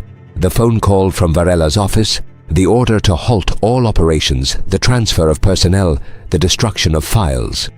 "When we started," he said, his voice steady despite the emotion that flickered behind his eyes, "we believed we were serving our country. We believed the system worked. We believed that if we found the truth would matter. We were wrong." The courtroom absorbed his words in silence. Even the prosecutors, trained to maintain impassive expressions, shifted in their seats. The judges took notes, the journalists transcribed, and in the back of the room, Rengel's father stopped praying long enough to hear a voice that spoke the truth as he had always known it. The defense called witness after witness in the days that followed. Former investigators who had been transferred, threatened, silenced. Journalists who had received the leaked documents and verified their authenticity. Experts who testified about the pattern of corruption that had characterized the Lasso administration. Each added another layer to the picture the defense was constructing, a portrait of a system so thoroughly compromised that the only crime was exposure. The prosecution objected repeatedly. The information was irrelevant, they argued. It concerned matters not before the court. It sought to prejudice the judges against the state. Each objection was noted, considered, and overruled. The presiding judge, maintaining her reputation for independence, allowed the testimony to continue. The truth, she seemed to be saying, would have its day. On the 10th day, the defense called its most dramatic witness, a former high-ranking official from the Ministry of Government who had served during the final months of the Lasso administration. He had access to documents, meetings, conversations that shed light on the highest levels of the conspiracy. And he had come forward, despite knowing the risks, despite threats that had already been made, despite the certainty that his testimony would cost him everything. He spoke of a meeting in the presidential palace in August 2022, attended by Lasso, Carrera, and several cabinet members. The subject was the León de Troya investigation, which had resurfaced following the leak of the police report. Carrera, according to the witness, was agitated, demanding action, insisting that the investigation be discredited and its authors punished.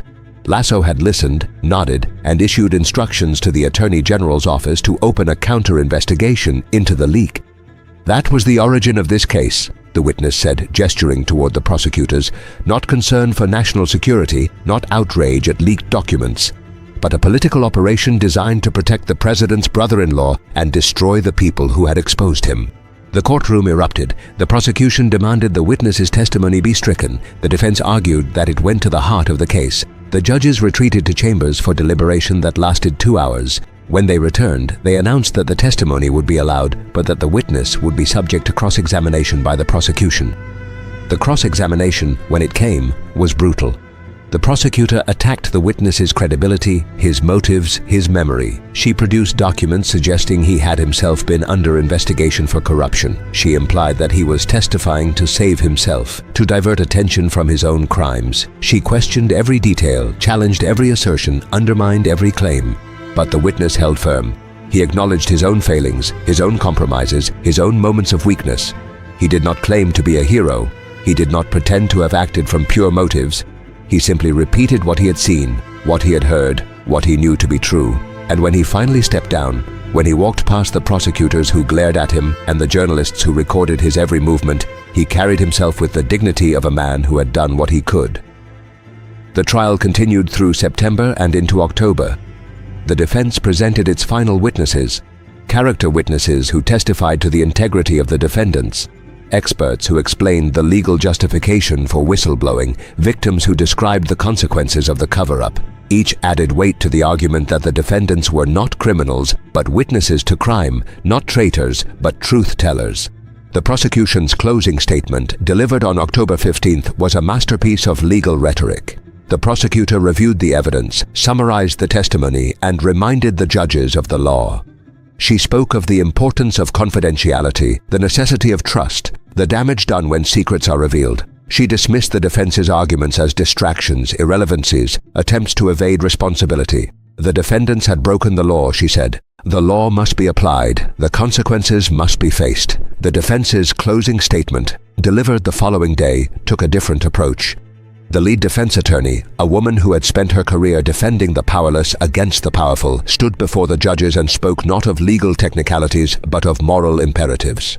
"My clients," she said, "are not before you because they broke the law. They are before you because they told the truth.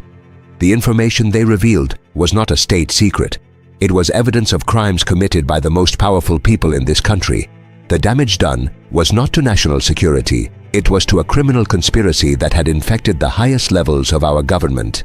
My clients are being prosecuted not because they violated their oath, but because they honored it. Not because they betrayed their country, but because they served it." She paused, letting the words settle over the courtroom. Then she continued, her voice rising with the passion of someone who understood that this moment might never come again. "Tannya Varela is a fugitive tonight. She fled because she knew what would happen if she stayed. She knew that the system she had served for 36 years would destroy her. Rodney Rengel and Jose Luis Erazo sit before you because they refused to flee. They trusted that justice still existed in this country. They believed that if they told the truth would protect them. Do not prove them wrong. Do not prove that courage is punished and cowardice rewarded. Do not prove that in Ecuador the only crime is honesty." The judges retired to deliberate. The defendants returned to their families, their lawyers, their uncertain futures. The journalists filed their reports. The spectators dispersed into the Quito night, and the country waited for a verdict that would determine not only the fate of two men, but the meaning of justice itself. The wait lasted 11 days. On October 27, 2026, the court announced that a verdict had been reached. The defendants were summoned to appear. The courtroom filled with the same faces that had been present throughout the trial: the journalists, the families, the observers, the curious. The judges entered and took their places. The presiding judge unfolded a document and began to read. The verdict, when it came, was not what anyone expected. On the charge of dissemination of restricted information, the judge read, "This court finds the defendants, Rodney Rengel and Jose Luis Erazo, not guilty." The courtroom exploded. Family members wept. Supporters cheered. The defendants themselves sat motionless, processing words that seemed too good to be true. The judge waited for silence, then continued. "The court finds that the information disseminated by the defendants, while technically subject to restricted classification, was disseminated in the public interest. The court finds that the defendants acted not with criminal intent, but with the intent to expose criminal activity at the highest levels of government. The court finds that the prosecution has failed to prove beyond a reasonable doubt that the defendants' actions caused the harm alleged." She paused, then added words that would be quoted for years to come.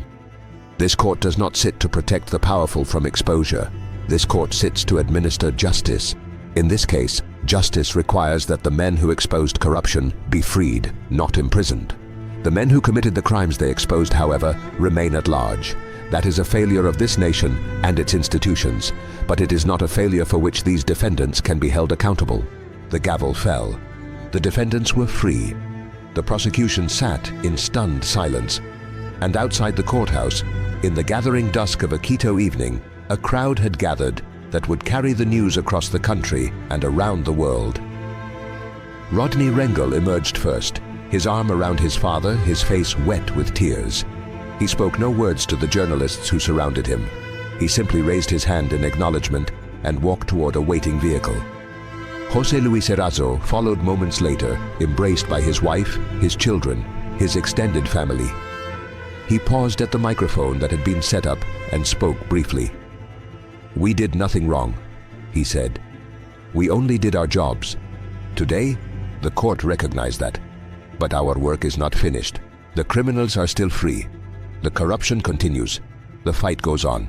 Then he too disappeared into the night, leaving behind a country that had witnessed something rare, a moment when the system worked, when the truth prevailed, when justice was served. But even as the defendants celebrated, even as their supporters rejoiced, even as the news spread across social media and news broadcasts, darker currents moved beneath the surface. The acquittal did not undo the damage of the past 5 years. It did not bring back the dead. It did not restore the institutions that had been corrupted. It did not answer the questions that remained unanswered. Where was Tannya Varela? The question haunted the aftermath of the trial. Her lawyers, who had participated in the proceedings despite her absence, issued a statement expressing satisfaction with the verdict and reiterating her innocence. But they offered no information about her whereabouts, no explanation for her flight, no indication of when or if she might return. Speculation intensified. Some claimed she had been seen in Colombia, living under a false identity in a safe house provided by former colleagues. Others insisted she had reached Venezuela, where the government had offered asylum in exchange for intelligence on Ecuadorian security forces. Still others believed she had never left Ecuador, that she was hiding somewhere in the vast network of protected locations that criminals and fugitives had established throughout the country. The truth, if it existed, remained hidden. And as weeks passed without sightings, without evidence, without confirmation of any kind, Tannya Varela began to fade from public consciousness, transformed from a living person into a symbol, a mystery, a ghost haunting the margins of a story that refused to end. In Abu Dhabi, the wait continued. The Emirates Court, which had promised a decision within 60 days, had extended its deliberations indefinitely. Dritan Jika's lawyers filed motion after motion, challenging every aspect of the extradition requests, demanding documentation, raising procedural objections that would have been dismissed in any functional legal system. The delays served their purpose. Each passing month made testimony less reliable, witnesses harder to locate, evidence more difficult to authenticate. The families of Jika's victims watched from afar, their hope fading with each postponement. They had learned to expect nothing, to accept disappointment as the natural order of things. But they continued to watch, continued to wait, continued to believe that someday, somehow, justice might find its way to their door. In Guayaquil, the port continued its endless rhythm of loading and unloading, arrival and departure. The containers continued their journey across the Atlantic, carrying bananas and shrimp and cocaine in proportions that no one could quantify. The ships continued to dock at Rotterdam and Antwerp and Hamburg, where customs officials seized a fraction of what passed through and celebrated each seizure as a victory. The network that Cherez had built, that Carrera had protected, that Varela had enabled, that Jika had financed, continued operating with the efficiency of a well-oiled machine. New faces occupied the old positions. New companies replaced the ones that had been exposed. New routes supplemented the ones that had been compromised. The cocaine continued flowing because the demand continued, because the profits continued, because the corruption continued. Danilo Carrera remained under house arrest, his electronic ankle monitor a constant reminder of his fall from grace. He received visitors, consulted with lawyers, maintained his network of contacts. His age protected him from the worst consequences of his actions. At 86, even a 10-year sentence was largely symbolic. He would die in his home, surrounded by family, attended by servants, insulated from the suffering he had helped create. His brother-in-law, Guillermo Lasso, had retreated from public life following the end of his presidency. He published occasional opinion pieces, gave rare interviews, maintained the facade of a statesman reflecting on his legacy. But the questions followed him. The recordings followed him. The testimony of witnesses followed him. He could not escape the case any more than he could escape his own history.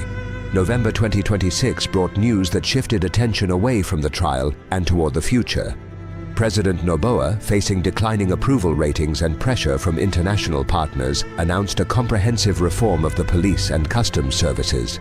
The reforms, detailed in a 60-page document released to the press, included new vetting procedures, enhanced oversight mechanisms, and the creation of an independent anti-corruption commission with powers to investigate and prosecute misconduct at all levels. The announcement was met with skepticism. Similar reforms had been announced before, implemented partially, and abandoned when they threatened powerful interests. But Noboa insisted this time was different. He appointed respected figures to lead the new institutions. He allocated significant resources to their work. He promised transparency, accountability, results. The international community responded with cautious optimism. The United States offered technical assistance. The European Union pledged support. The United Nations announced it would monitor implementation.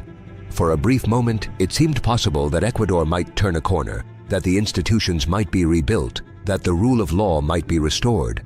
But those who knew the history, who had watched the case unfold, who understood the depths of the corruption, remained skeptical. The reforms, however well-intentioned, would face the same obstacles that had defeated every previous effort: The networks were too deeply embedded, the interests were too powerful, the money was too abundant. Changing the system would require more than new procedures and new personnel. It would require a transformation of the culture itself, and that transformation, if it came at all, would take generations. In December 2026, 5 years after the Punta Blanca massacre, a memorial service was held at the site where the 4 bodies had been found. The house was gone, replaced by nothing but bare earth and the memory of violence. A small group gathered, family members, activists, journalists, the curious. They laid flowers, they lit candles, they spoke the names of the dead.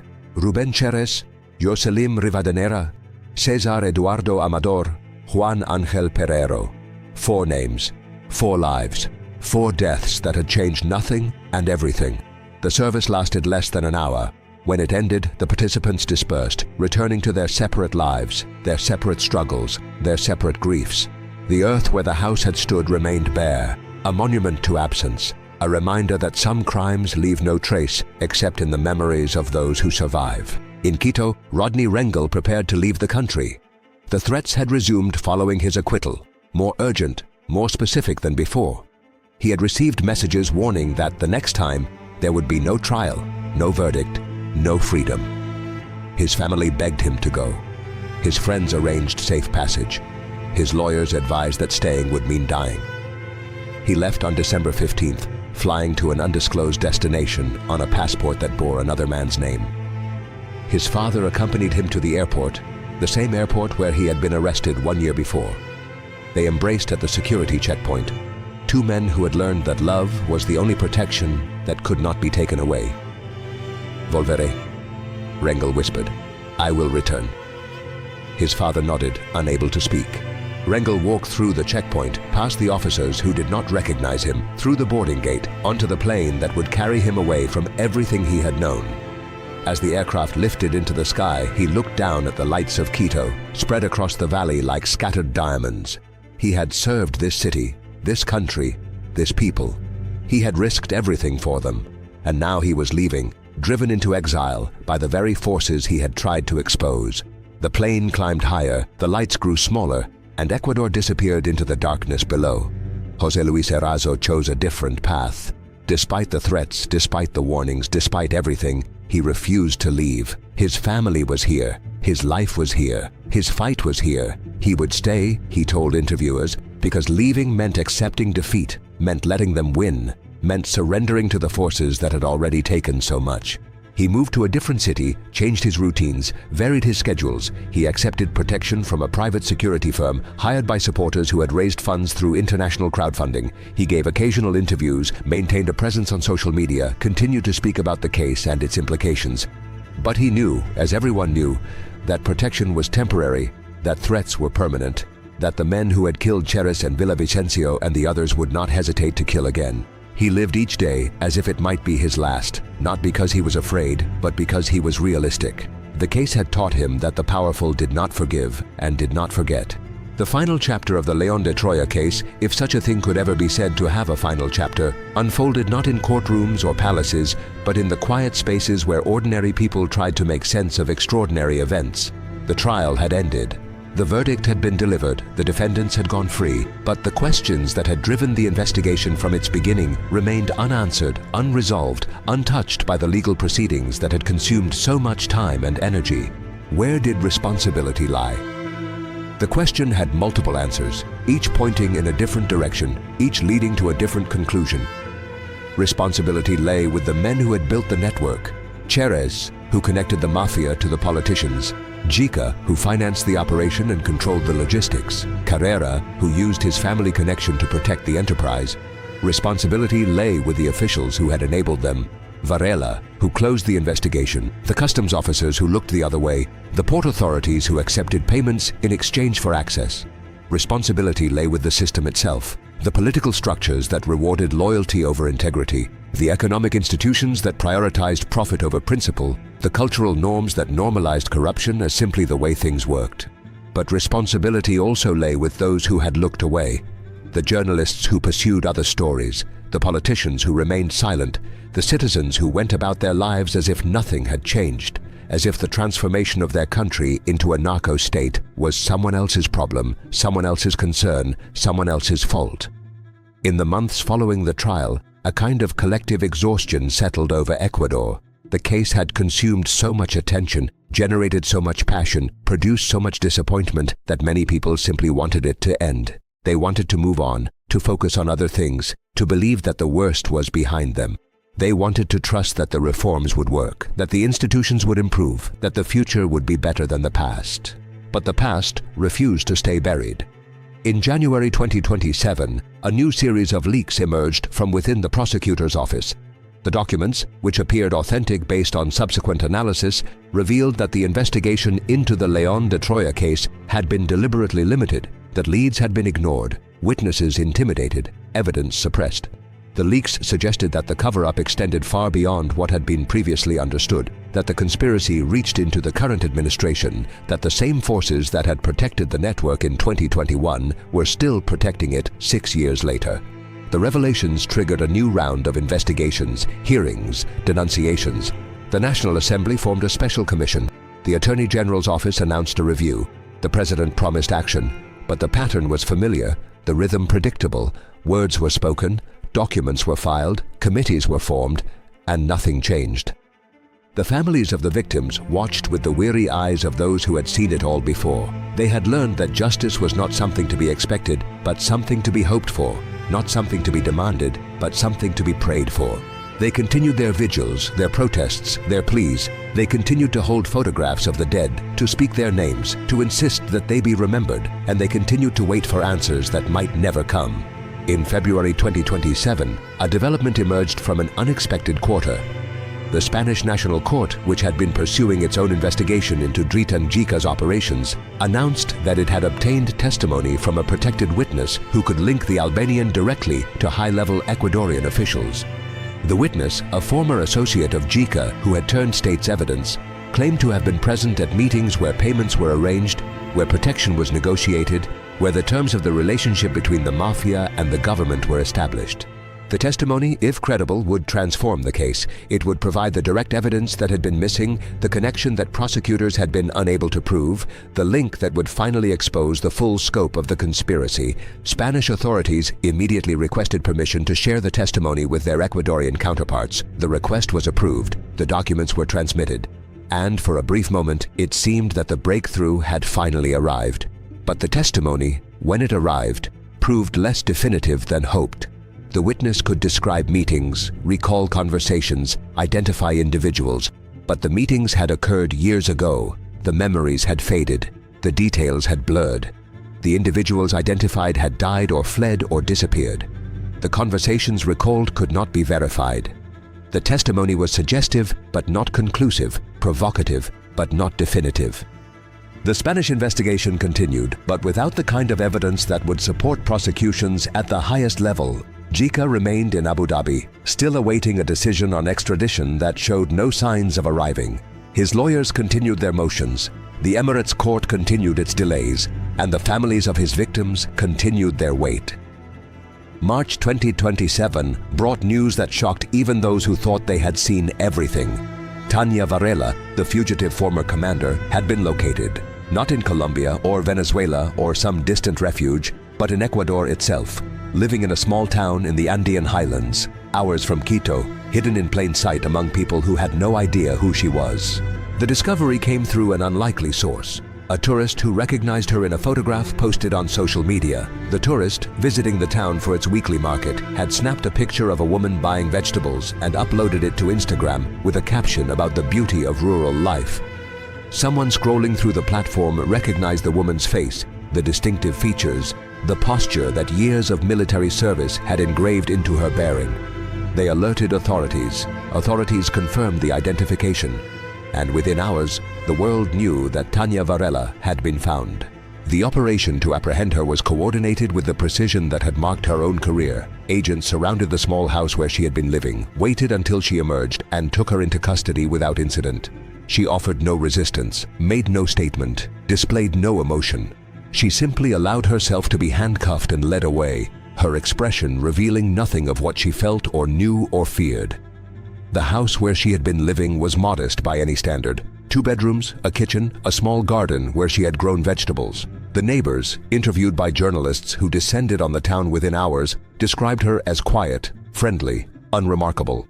She had introduced herself by another name, claimed to be a widow seeking peace after her husband's death, kept to herself but always offered a smile and a wave. No one had suspected. No one had imagined. The questions multiplied immediately. How had she survived for more than a year without detection? Who had helped her? Who had provided the resources, the documents, the safe house?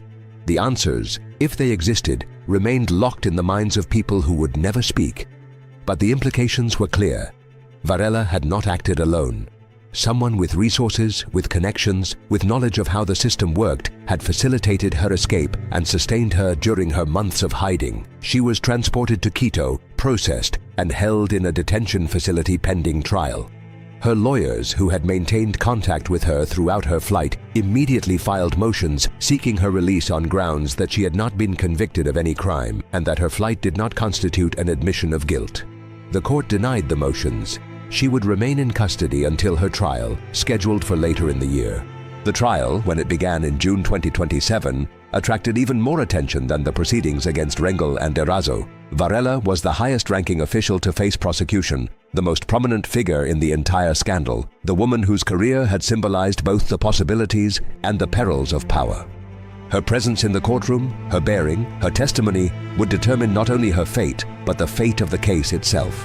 She appeared each day dressed in simple clothing, her hair gray now, her face lined with the stress of months in hiding and the weight of charges that could send her to prison for years. She spoke rarely, responding to questions with minimal words, offering no explanations, no justifications, no defenses. Her lawyers spoke for her, arguing that she had acted under pressure, that she had followed orders from superiors, that she was a scapegoat for crimes committed by others. The prosecution presented evidence accumulated over years of investigation. The audio recordings, the documents, the testimony of witnesses who had served under her command.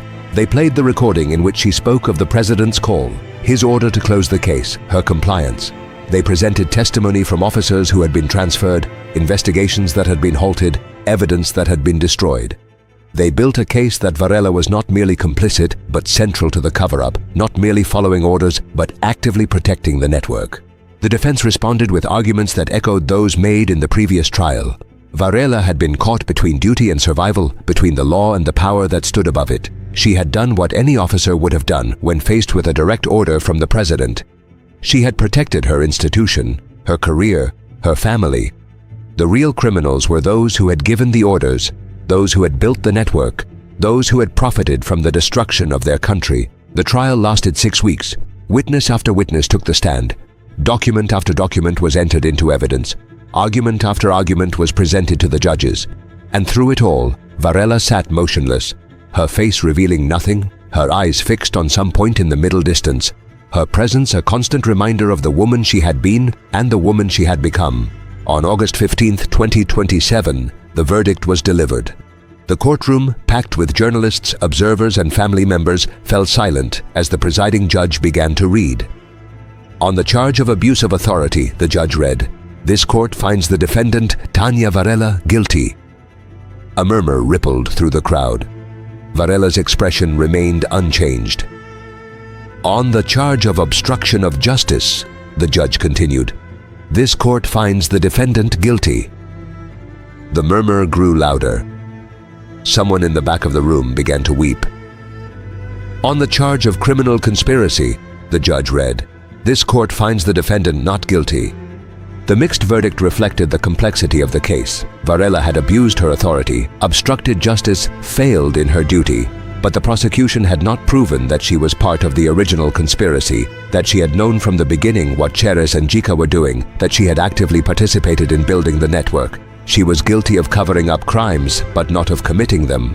The sentence, delivered the following day, reflected the court's judgment. Varela was sentenced to 12 years in prison, a term that would keep her incarcerated well into her 70s. She would serve her time in a facility designed for former law enforcement officers, protected from the general prison population by the same system she had helped corrupt.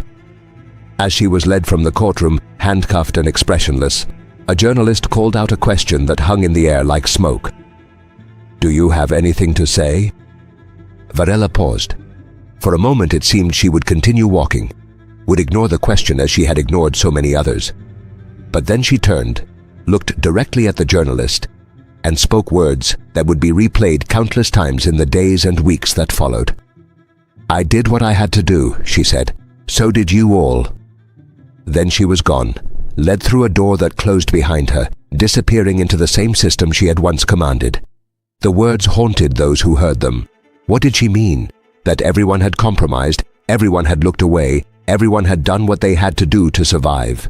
That the corruption was not hers alone, but belonged to the entire society, the entire culture, the entire country. That judgment could not be passed on her without being passed on everyone.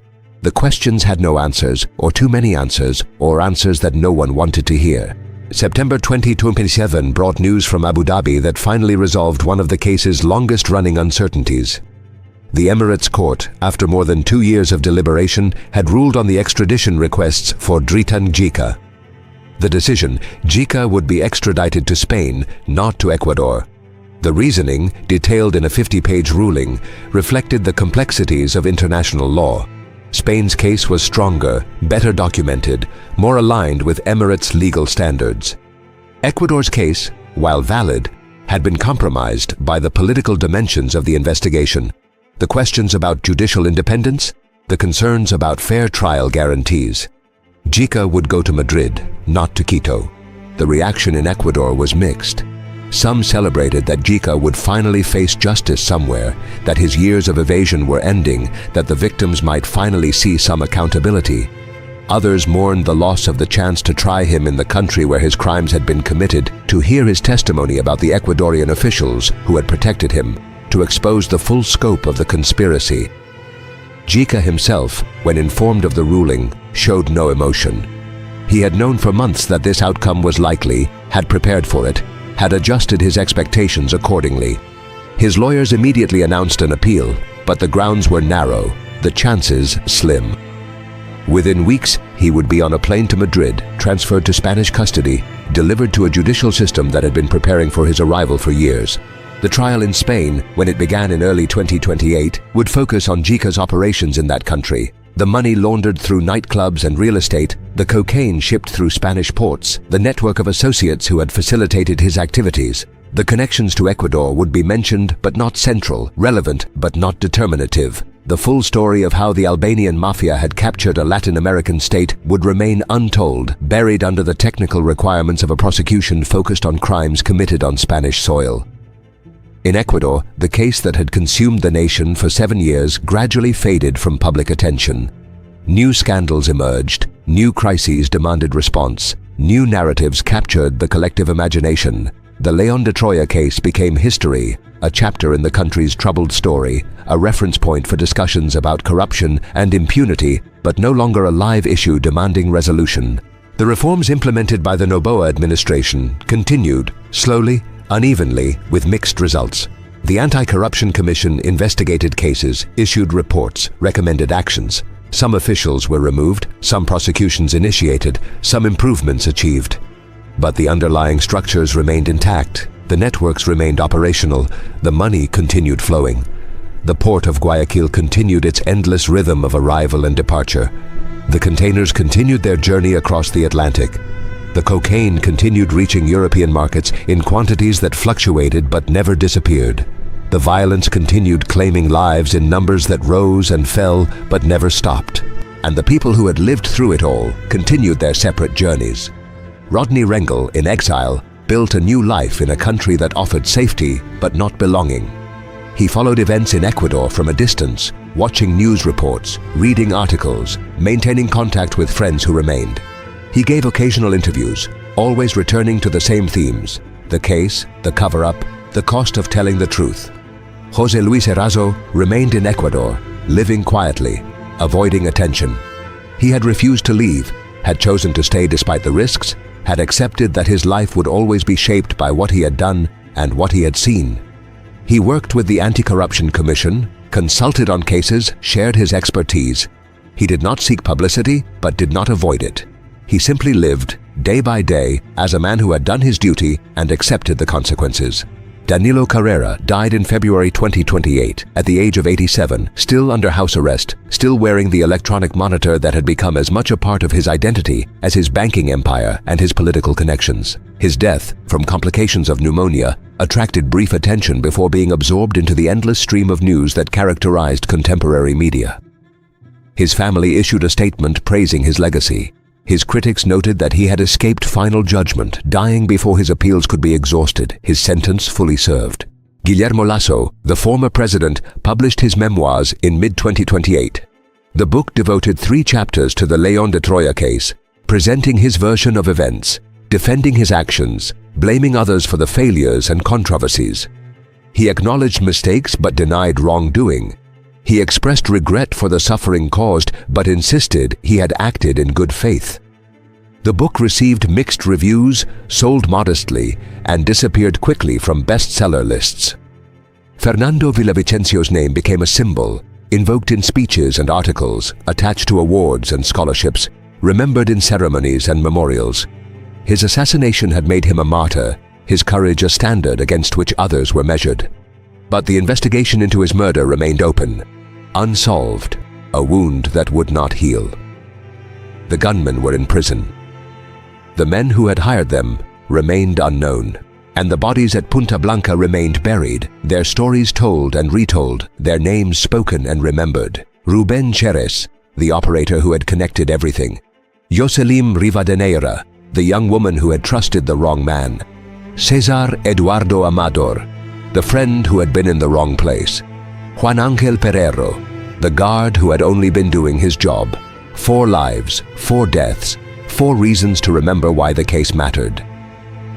In December 2028, 7 years after the massacre, a small group gathered at the site where the house had stood. The earth remained bare, undeveloped, a vacant lot in a landscape of wealth and privilege.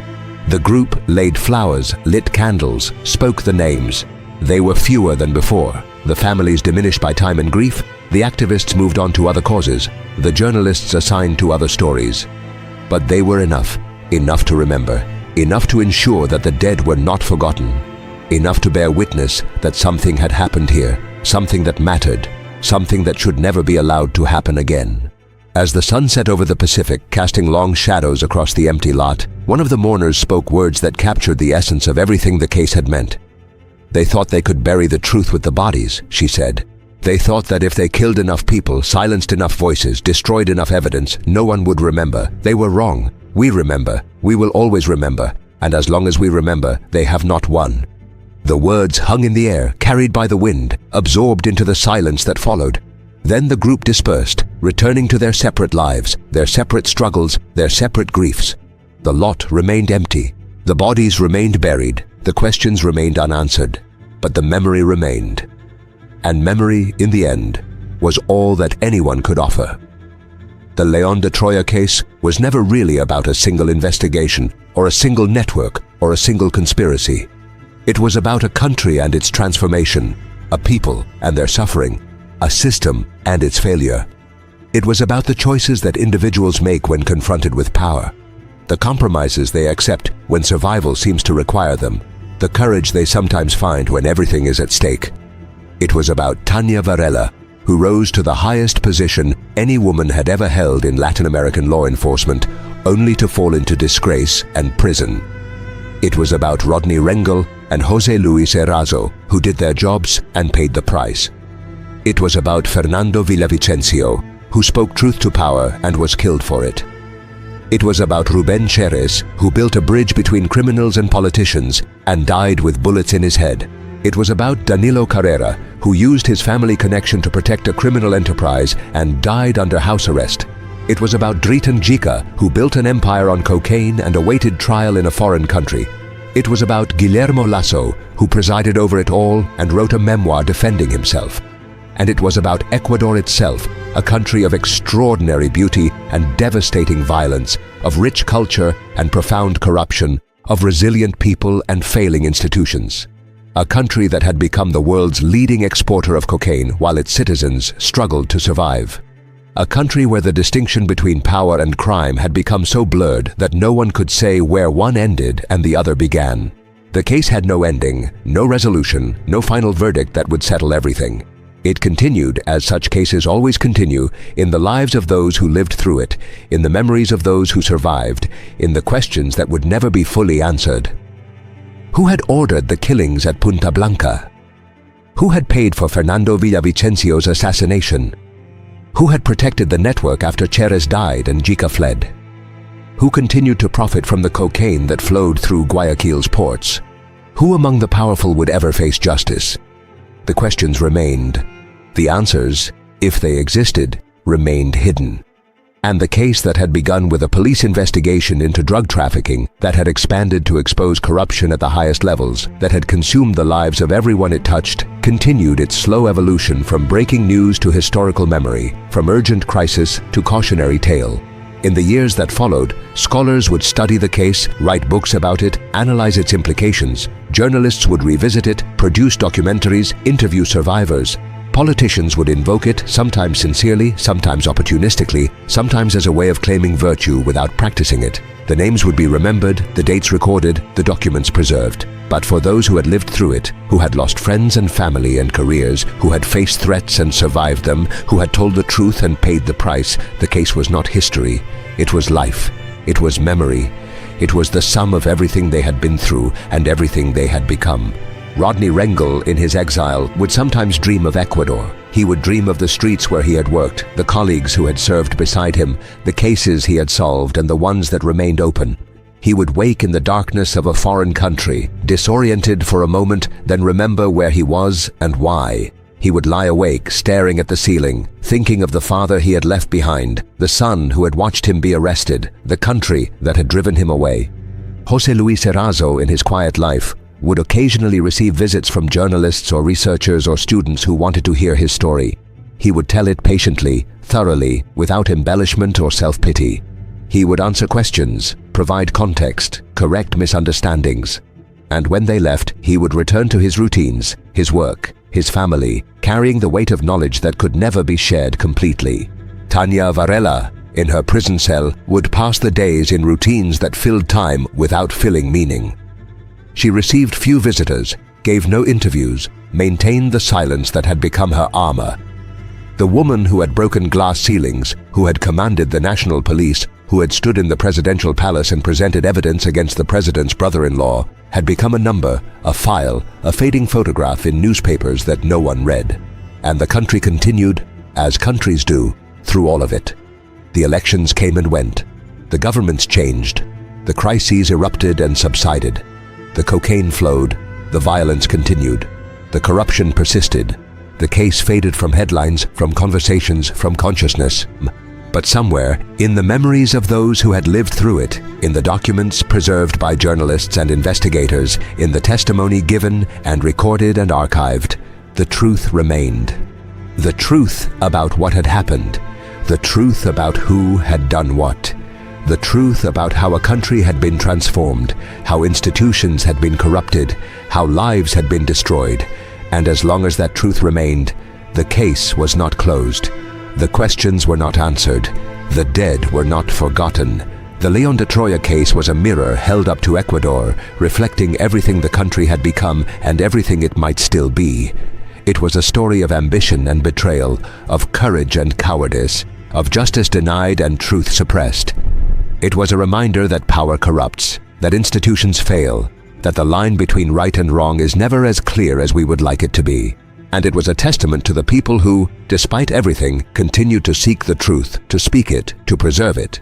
The investigators who refused to stop, the journalists who refused to be silenced, the families who refused to forget, the citizens who refused to accept that corruption was simply the way things worked. They were the ones who ensured that the case would not disappear, that the questions would not be buried, that the truth would not be lost. They were the ones who, in the face of overwhelming power and pervasive corruption, chose to believe that something else was possible. They were the ones who kept the memory alive. And memory, in the end, was all that anyone could offer. Memory and hope. Memory and the conviction that someday, somehow, the truth would matter. That justice would come.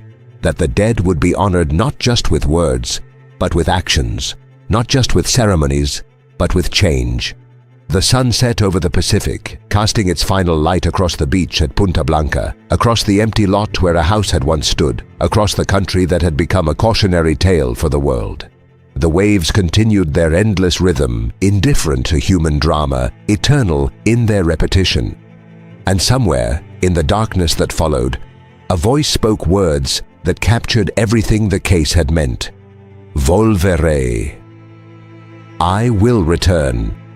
Not just Rodney Rengel, speaking of his exile, not just the investigators hoping for justice, not just the families waiting for answers, but the truth itself. The truth that had been buried, suppressed, denied. The truth that would return, eventually, inevitably, because truth always does. The question was whether anyone would be listening when it arrived.